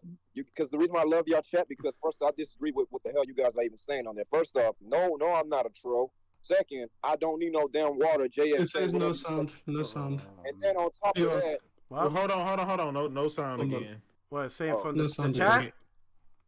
Yeah. Are you good? Oh, they missed everything. They missed everything I said. Yeah. Oh man. Damn. It wasn't that interesting anyway. You were damn. Man, don't talk to Kratos. Don't talk to Kratos like that. He'll come back as Kratos. Yeah. You don't know who he is. Facts. You better let him know. Uses. Oh man, I don't know what to tell you, brother. Listen, uses. Do you understand what a packed-in game means? Like when a game is packed in with the console. Do you understand what you said, J-Dub? Okay, so you said a game packed with a console, right? I'm saying. You say the same thing with Ragnarok because it comes with a bundle, right? But no, but listen. Come with a bundle? But listen. All right, I'm gonna help you out. Listen, Astro, listen. Ragnarok is a different game. Listen, uses. Astrobot, you cannot buy it in stores. That's true. So how do you get to play Astrobot? Where is it at? If you can't buy it in stores, you can't buy it in the digital store, you can't buy it physically, where do you get the game then? Where is it at? It's with the console. You can't buy it in store in the PS5. I just want to point that out. I like that you said that, Porter Rock, because that's the whole point of exclusivity. Exclusivity sells damn more than fucking Lane Pass. What are you talking about? Game Pass is amazing. Listen. What we're trying to teach you is any game packed in with the PS5 would equal the same amount of PS5 sold. That's why I said Pentiment. If Pentiment was packed in with the PS5, that means every time somebody buys a PS5, you get Pentiment, which ultimately means you don't have a choice. Come on. Anyway, next. I can help y'all. Listen, I will not allow y'all to make me look like we bleed green. Joke. We're tricking you guys. These guys trying to make me. Y'all trying to make me look like. Y'all trying to turn this into a We Bleed Blue. Y'all not gonna make me look like the We Bleed Blue podcast. That shit ain't happening. It's a prank. Listen, ain't nobody. Gonna come out real quick. Yo, J-Dub. Ain't nobody gonna come at me. Yo, J-Dub, you know how it is. Hey, Porter Rock, you had guys on the panel say some bullshit, and you didn't say nothing. Nah, fuck that. Nah. Hey, Porter Rock, you know what they're saying? They're saying, oh, man, Porter Rock over there got Mr. Media X on his show. All right, man, what are we doing? He gonna talking about the dual stack GPUs and the 4 Titans. PS5 is more powerful than 4 Titans. Yeah. Porter Rock, listen to this. My man saying, Astrobot sold 30 million. Not even Spider-Man did that. We can't go out like that, brother. He said, not even Spider-Man was a hitter like Astrobot. Porter Rock, hear me on this. Half of your fans want to say that I'm just an Xbox refugee. I'm going to say this right now. No, hold on. I don't care how old you fucking are, but y'all probably had never played a game called The Bouncer. Oh, shit. Fuck what you talking about. The Bouncer. Yeah. A Square Enix game. Y'all probably know what the fuck that game is. Fuck out of here. I'm with Call Me Jay now. We can go back to the topic. All right. I'm good. Now back to Jim. Now back to Jim. Back to Jim. My man said The Bouncer. Yo, back to Jim Ryan. Hey, yo. To clarify, I want to clarify something. Wait. I got one more. I got one more super chat. What you were saying, J-Dub. Hold on. I got one more super chat. People heard what you said. Okay, good. I got one more super chat, if you don't mind. Kali Yuga, he says, until cross-gen stops, I don't see the point. I think he's referring to PS5 Pro, which is kind of true. Until we actually get more PS5 games, why are we gonna... I mean, imagine if the PS5 Pro comes out and the game still comes out on PS4. Yo, that shit will be fucking hilarious, bro. Imagine if PlayStation 6 comes out, this game still come out on PS4. See, Porter Rock, they saying The Bouncer is dog shit, man. No, it's just you dog shit. Oh, they trolling you, bro. They trolling you. Y'all probably don't remember Jet Force Gem 9. Oh shit, users. Don't let the chat get to you. Don't let the chat get to you, bro. They're always gonna win, bro. They're always gonna win. If y'all wanna follow my channel, users arm. I just released a female podcast. What Listen, man, You're the employee. They're the customers. They're always right. Okay. Oh shit! Don't mess with the chat. They'll come after you, bro. Man, I don't give that. They're just gonna give me more attention, man. I appreciate that. But back That's to the way the topic, the internet guys. All right, nowadays. let's talk about Jim Ryan. All right, so where we off with Jim Ryan? Jim Ryan being fired. So J-Dub, you're saying he should be fired? Definitely. Of course not. No, J-Dub already gave He it. said he in the kitchen. He in the kitchen. not. Yo, what you doing in the kitchen? He like he sound like in the background. He like, of course not. What you doing in the kitchen? Nah. Listen, I just find it hilarious that the guys in last place, whose head coach has the worst record in the world. He's like right? the Knicks head coach. He's 0-22, right? Xbox been in the business for 22 years. He's 0-22, and they're trying to talk about the guy who's undefeated. They're trying to tell him he needs to be fired. He needs to. Oh man. All right. He brings up a good point. Yeah. J-Dub brings up a really good point about Xbox criticizing the CEO of PlayStation when it's similar to how they have a blinder when it comes to Xbox games, but they have a compass, not a compass, but they have a magnifying glass when it comes to PlayStation exclusive games coming out. They're showing the same thing with the CEOs. Like, they don't see all the faults that Phil Spencer has had over the years, and they don't call those out. But they want to make up stuff about the CEO that's been putting PlayStation even more on the map that they've ever been before. Yeah, hey, games are optional to them. Yo, shout out to Phil DVG. He said in the super chat, does he also believe that SSD is faster than light? Yo, this dude. All right. Yo, so here's the thing, right? I can understand. Like, the thing I find most funny about this whole acquisition is you could swear, I could swear, like, just reading the tweets and all that stuff is a bunch of 12-year-olds talking. But these are grown adults, right? I understand that you want, let's say if you're a Microsoft supporter, I could understand you want Microsoft to actually get the deal done because there's an incentive. Hey, you get all these games on Game Pass. From that standpoint and that standpoint alone, I totally get it. I can also understand from the PlayStation standpoint. You play on PlayStation, you don't want to buy that dog shit Xbox, and you don't want to be forced on PC. You like the way things are. Call of Duty's on PlayStation. You're happy. I get that standpoint. What I don't understand is how none of these dudes who run companies are pissed off on how people who make probably 7 figures, $2, $3, $4, $10 million a year for the company they work for, that they're actually doing the most that they can to protect the company that pays them 7, 8, 9, 10 million a year. That blows my mind. Like, oh, Jim Ryan's unprofessional, what fired him. He's just trying to block the deal. You think a guy getting paid $9 million a year by Sony, you think he might have their best interest and not the Xbox community's best interest in mind? I don't know. If I'm getting paid like $5, $6, $7 million from Sony, you goddamn right I'm gonna block the deal. And I don't give a shit what deal of Microsoft offers. I got bosses. They don't want the deal to happen, so then I don't want the deal to happen because I still want my $7 million. It doesn't matter how much Jim Ryan has done for PlayStation. If when this whole Activision deal happened, he said, no, let's not do that. Let's let him buy it. He would be fired immediately. Yeah. The next day, Jim Ryan resigned. Let me tell you something. He's acting on behalf of the shareholders in his company. If Jim Ryan and Phil Spencer switch places, if this was like the alternate universe, Phil would be doing the same exact thing Jim Ryan doing right now. Yep. He would not be preaching, oh, everybody needs to play games. Hell fucking nah. It would be Jim Ryan. Everybody needs to play games. They will completely switch. Because they work for their company and those companies have a goal. And they get paid millions of dollars. Them goddamn, Austin Martins and Beamers ain't going to pay for themselves. The little cottage they got off the coast of Spain, that shit costs money. So they're going to do what their employers has. Like, what these dudes are bugging. If Jim and Phil switched, they will be doing the same exact thing. Because that's what their boss is. Phil would not be saying, oh yeah, I want games to be everywhere, and then in Tokyo, the shareholders are like,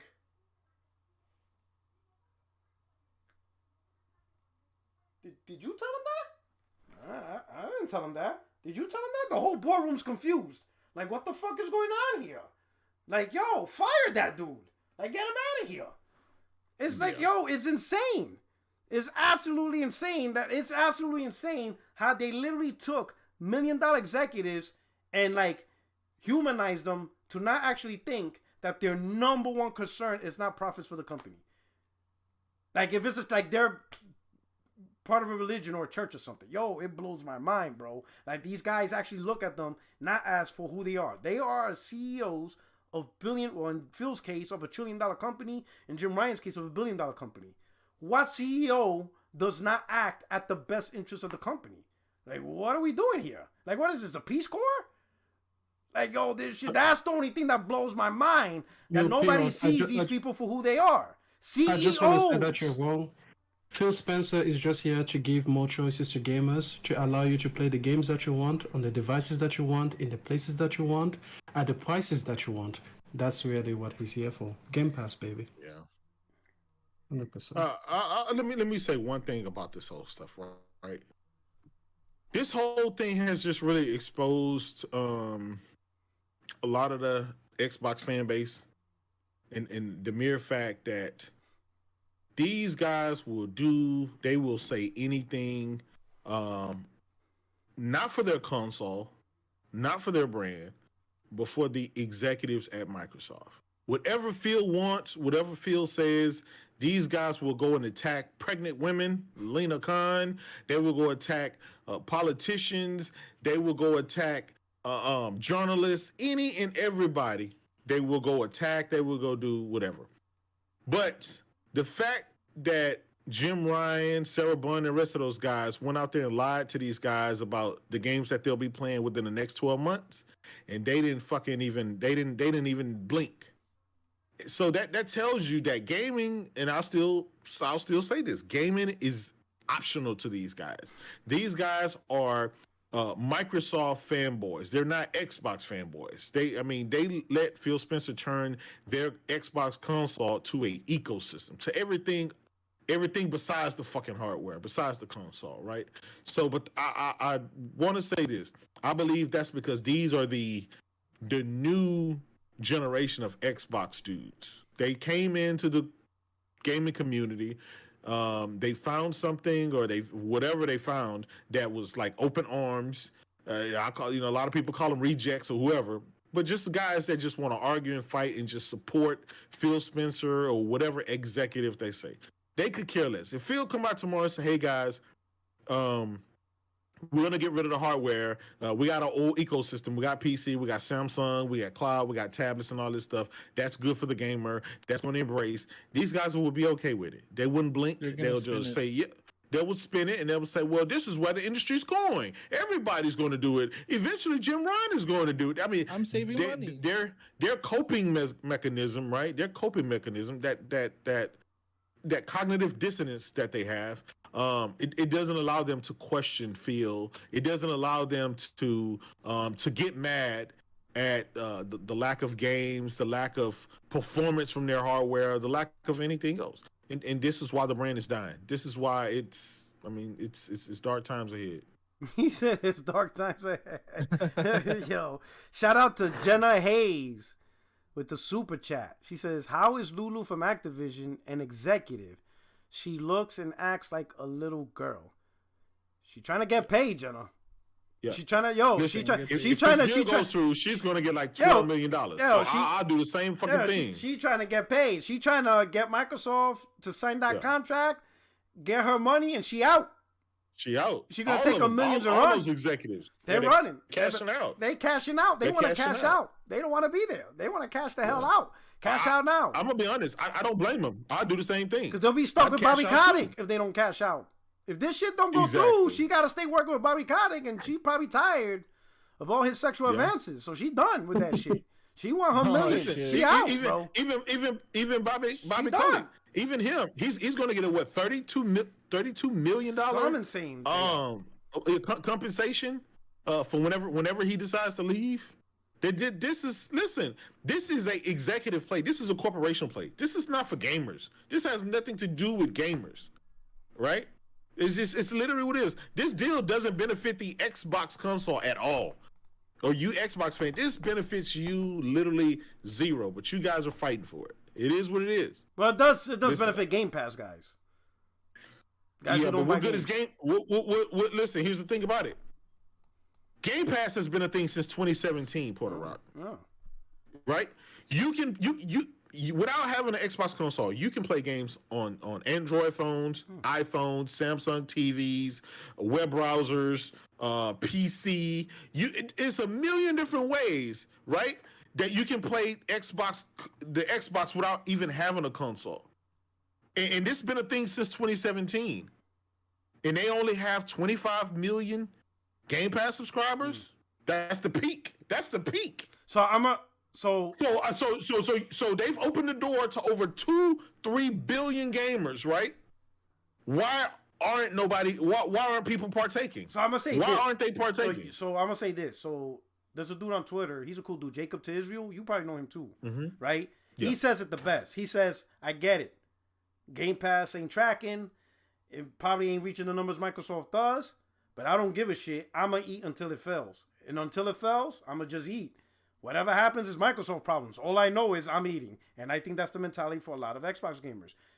Game Pass allows them to eat, and they're going to keep eating until it disappears. But as long as it's here, whatever goes on it, they're just going to eat until the restaurant goes. They don't care if the restaurant actually is making money. All they know right here, right now, they're getting food at a cheap price.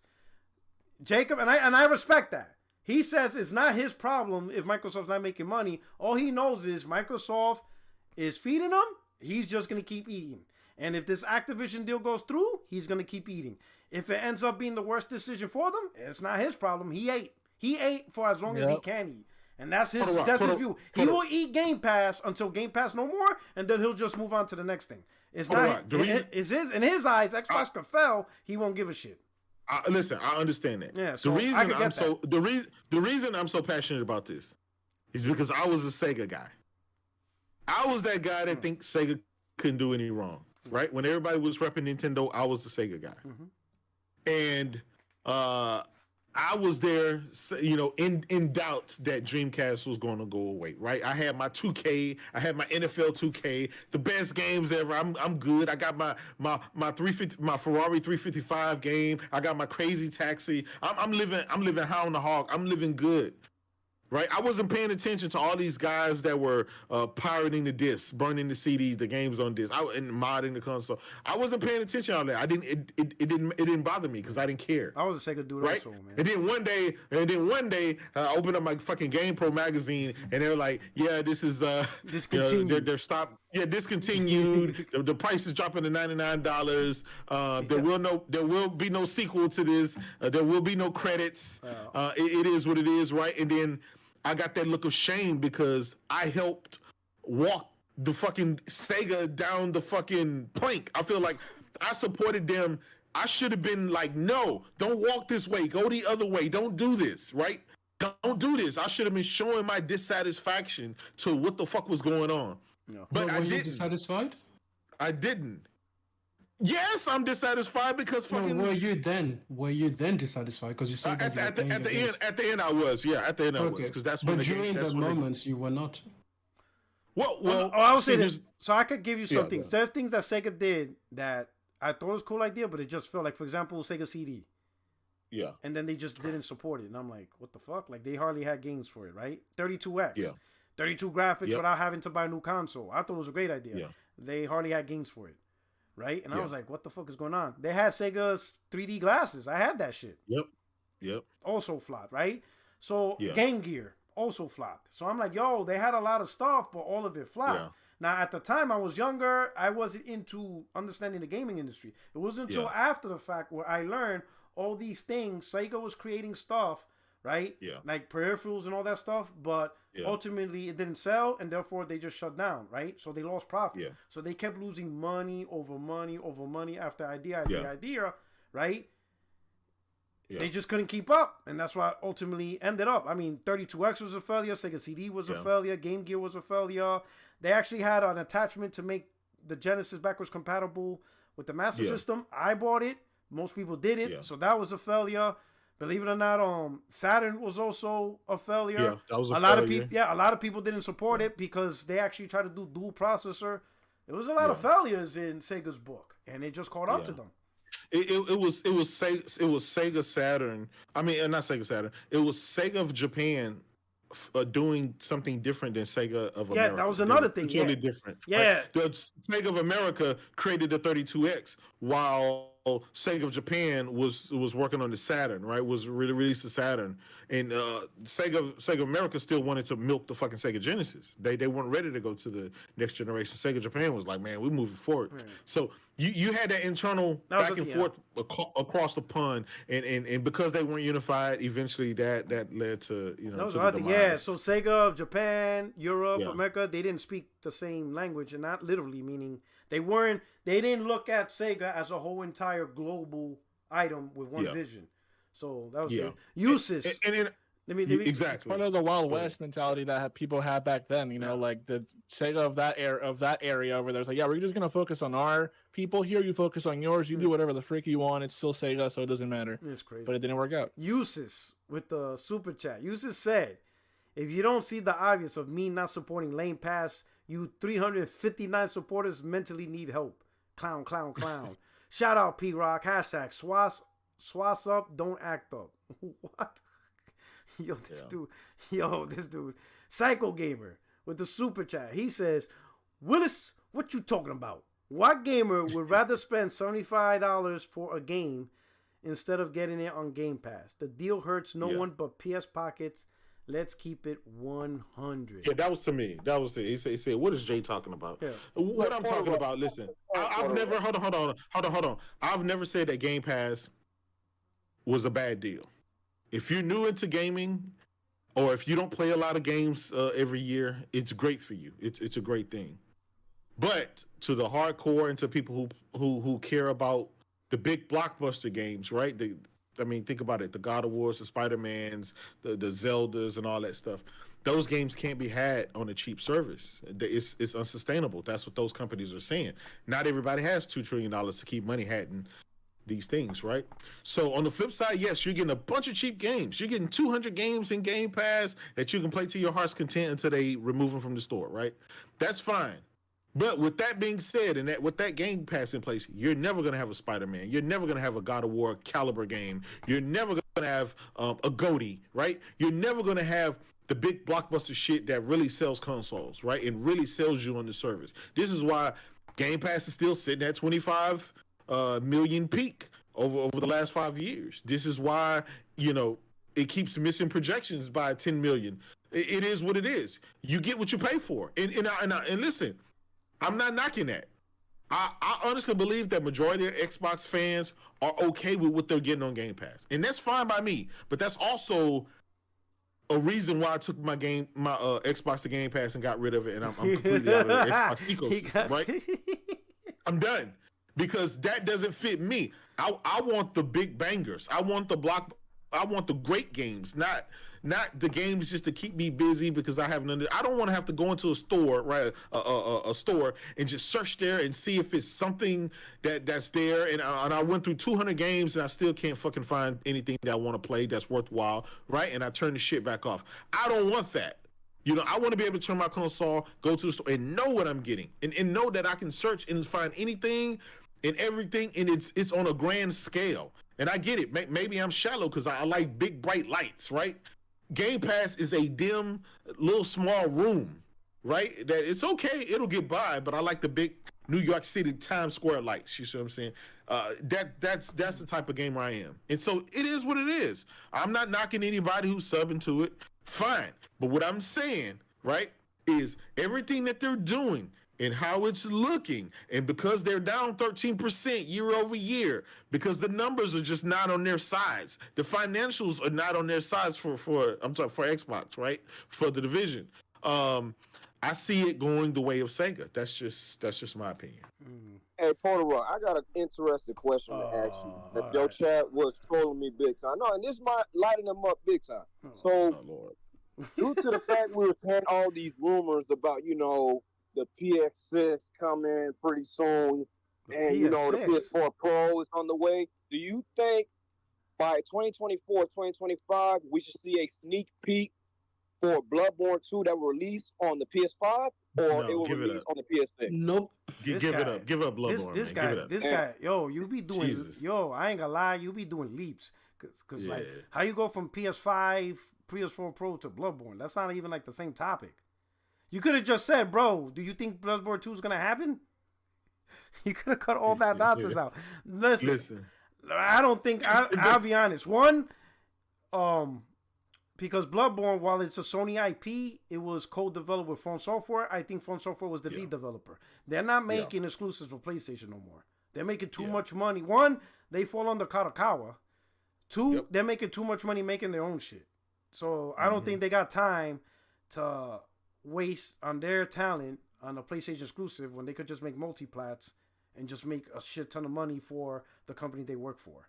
So I think Bloodborne 2 is pretty much out of the kinks. I think at best, maybe Bloodborne remake. Oh, I don't know. From what I heard, 5 million. But I don't think. I never seen a source. I never seen a source. I'm gonna be honest. I think it sold maybe $1 million or $2 million. I don't know the source. I don't think it was that successful. I don't think it was. Yeah, I don't think it did, because if it was, here's the thing about it, right? And this kind of goes back to some of what Jabari was saying. A lot of times as gamers, and I'll admit, a lot of times we ask for something, like especially the retro gaming type guys. You ask for these guys to pull back some of these old IPs. Oh, bring this back. I want you to bring this back. And I always say, there's a reason why that game went away. That game went away because you guys weren't interested in it no more. Either you got burnt out, either the franchise just waned. It's fine. But it's very rare that you're able to bring an old game back and make it popular as it once was. Just look at Halo. Halo would never, I don't care in a million years, never be able to bring back those glory days as it was with Halo 1, 2, and 3. Never. It peaked. It was over. It had its run. It's over. Move to something else. And I know they keep trying, but listen, numbers don't lie. The reality of what you said, J-Dub, is that people wouldn't be asking for old games to be brought back if the newer games were like badass. Like for the longest time that we've had Uncharted and The Last of Us, nobody really asked for what's it called, Jack and Daxter. Nobody really asked for that because we were getting badass games from Naughty Dog. So it's throughout the draft that plenty of people have asked for Jack and Daxter. As long as you get, like, how many is that? I don't know how many, but Jack and Daxter is a fan favorite. I mean, look at Crash Bandicoot. Look at Crash Bandicoot. Crash Bandicoot I'll use that as an example. Crash Bandicoot back on the PS1, that game used to sell like 14 million, 12 million. Absolutely. The new one didn't do a goddamn thing. No way. I don't even think that shit and did it was a good game. And it was technically like a good game. It ran well and it played well, and it was basically just basically like a Demon's Souls remaster type of game.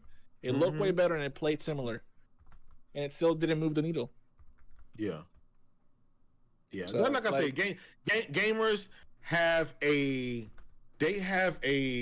way of asking for something, but it's like they're not going to support it. It's like, yeah, you guys ask for this shit, but if we really spend these millions of dollars making this shit, you motherfuckers ain't gonna show up. Can I just say that's exactly how I feel about PlayStation 3 backwards compatibility. Like, people ask, I want to put my PS3 game in, my disc in my PlayStation, and it works seamlessly, just like Xbox. And I'm like, no one's gonna use that. Even PlayStation Plus, Plus with the classics. Exactly. No one's gonna use that. Like, nobody cares about backwards compatibility in that way. Like, it's a nice to have, and people blow it up as if it's like, oh my god, it makes the console. And I'm like, no, it doesn't. The biggest games that Microsoft made backwards compatibility were the Call of Duty games, and even those games didn't get past like 2,000 players at some points, but it just went down afterwards. So it's not really selling a lot. That's why they stopped doing it. They say it's because of licensing and stuff, but they have way too many games on their backlog that they own that they could bring back or even improve the ones that are already there, and they haven't done that. They just decided to stop the whole thing with the backwards compatibility. Yeah. So I'm gonna be honest. I call cap on all that shit. It's all just cap. Yep. People ask for stuff, and they're not gonna fucking support it. I just want better games. If we're not gonna bring back good old games, just bring. Yeah, go ahead. They're making a Twisted Metal. They're making a Twisted Metal reboot. I guarantee you. I hope I'm wrong. God knows. I don't think that's gonna be successful, bro. I don't. I think it's gonna flop. I think that shit is gonna hit just like Destruction All Stars. I think it's gonna flop. You know what? I'm gonna tell you why. And people like, oh, it's great. I'm like, you gotta understand. When PS1 came out, Twisted Metal, we had a certain all right. If you guys remember the NES era, N64 era, it was a shit ton of platformers. You remember? Yeah. Like almost every game was some type of platformer, whether it's Contra. It was always a lot. That's why games like Zelda back then was very special. Or like an RPG was very special because it was different and unique. But most of the time, you were either making a platformer or a side-scrolling beat-em-up. That was it. Those were the two games all the time, right? It's because there was only so much you can do, right? Then PlayStation 1, N64 comes out. They started breaking the mold with N64. But you still kind of had the same type of games, right? Twisted Metal thrived because it was different. You know, games like Driver was different. Like, shit, I could drive a car in the city. It was different. Yep. We got to the point now that we experience so much unique gaming things that who the fuck wants to play a car combat game? Like, that's not special. That's not special anymore. Right? Frogger on the PS1 was big because it was 3D. That was it. Like, a car combat game is not special. Like, it's like, we're playing Battle Royale in Call of Duty. The fuck do I care about Trans Am running into a truck, a Ford fucking Pathfinder? Like, what? Like, it's just not that exciting no more. And I'm like, yo, I don't think Twisted Metal's gonna hit, bro. I don't think that game. I mean, there's probably a few people, but I don't think it's gonna be a big deal. I mean, you have soccer cars. Like, people play that. It doesn't have a lot of depth. The game itself doesn't have a lot of depth, so there's not a lot they can do to maintain it. Maybe listen, I'm gonna buy it. What right? pisses Day me one. Yeah, what pisses me off? I'm gonna be honest. SOCOM has better. SOCOM, in my opinion, is better for this gen than even on the PS2 or PS3 gen. I think that's the number one focus. I'm hoping Guerrilla is working on that from rumors. I hope that rumor's so true because it blows my mind. They're out there hyping Twisted Metal right down to a TV show. Like, what? Like, what are we doing here? This gets a TV show? Also? That was already done. It was Death Race. Wasn't that movie called Death Race? Yeah, some weird shit. That was already... Yep. Like, I'm like, all right, hey, what the fuck do I know? You know what I'm saying? But anyway, I think that's it. I think I'm going to just end it off here. Unless you guys got something. I got a quick little topic. We've been getting a lot of throughout the weeks videos of Tekken 8, and that game looks badass. I love Tekken, man.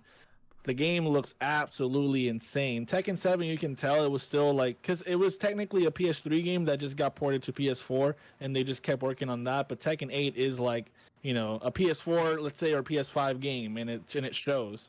They just show martial law, and it looks absolutely insane. I can't wait for that game. But what they did to my boy Paul, though? What they gotta do him like that? Oh, hey man, they didn't have gel at the store. That's my main right there. Why they did why they do that to my boy Paul Phoenix? Like what they try to do, bro? I'm like, wait a minute. When Jay Barry showed that image, I'm like, bro, you trolling. That is not Paul Phoenix. I feel like they have customization. You can customize the hair and stuff. They should have just showed the OG, because even on I think it was Tekken 4, they had the hair down on Paul and it looked good. But this just looks weird. It just looks like 2023 type of style hair. Like, yo, what is he? Yo, they made him a Gen Zer, bro. Like, yo. Oh man, bro. His bike, his motorcycle is electric. It's not. No, it's not. He drives a Prius. Oh shit, bro.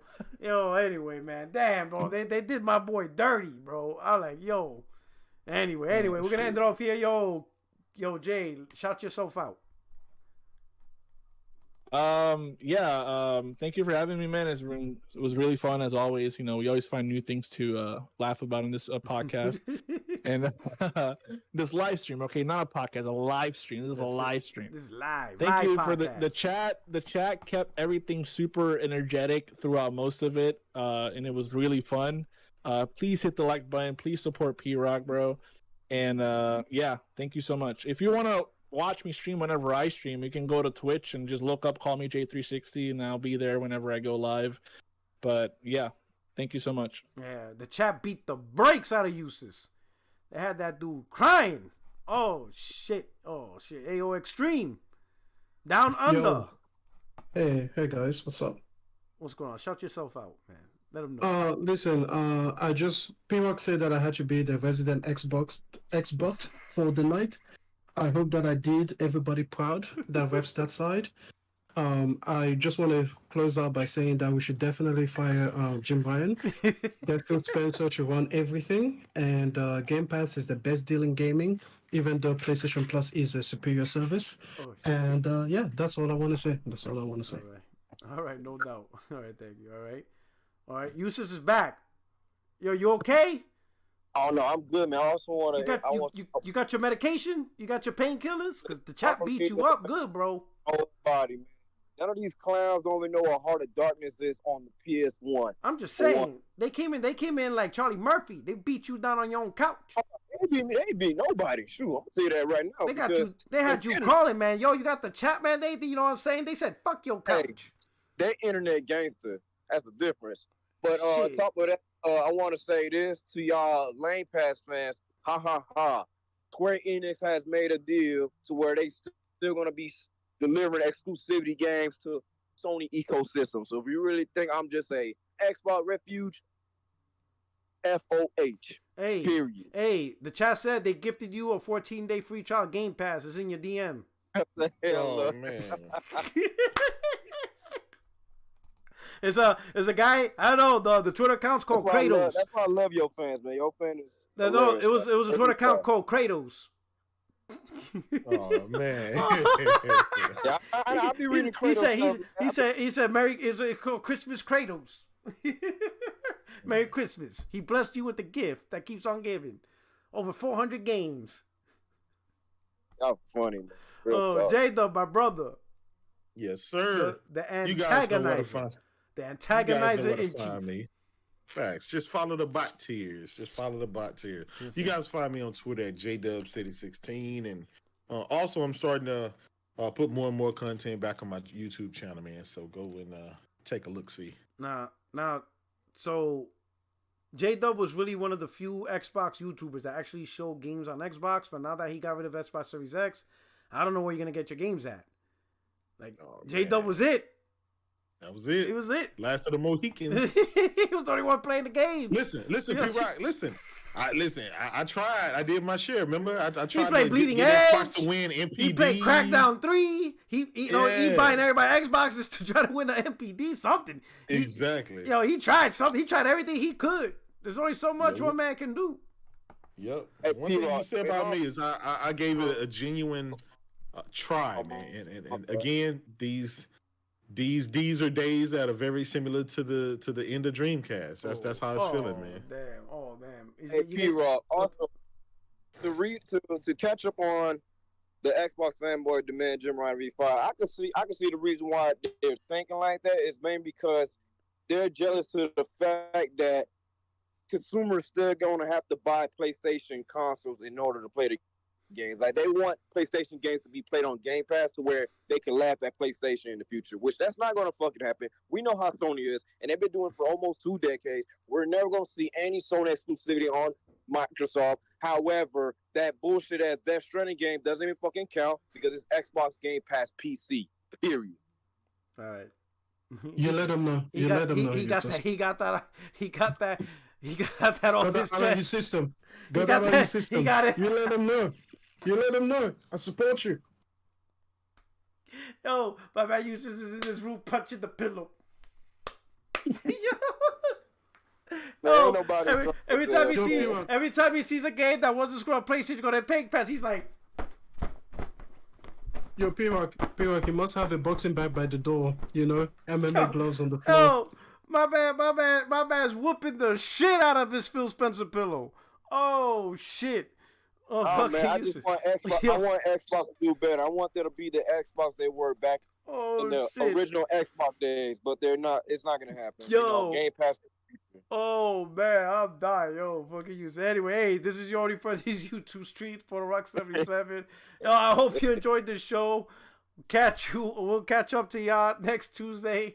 We're out of here. All right, y'all guys take care. Have a blessed day. Have a great week. See y'all next week. All right. Thank you so much for the love and support. Peace. Yo, Eustace. You wild, bro. Eustace came in My there man like a wrecking said, ball.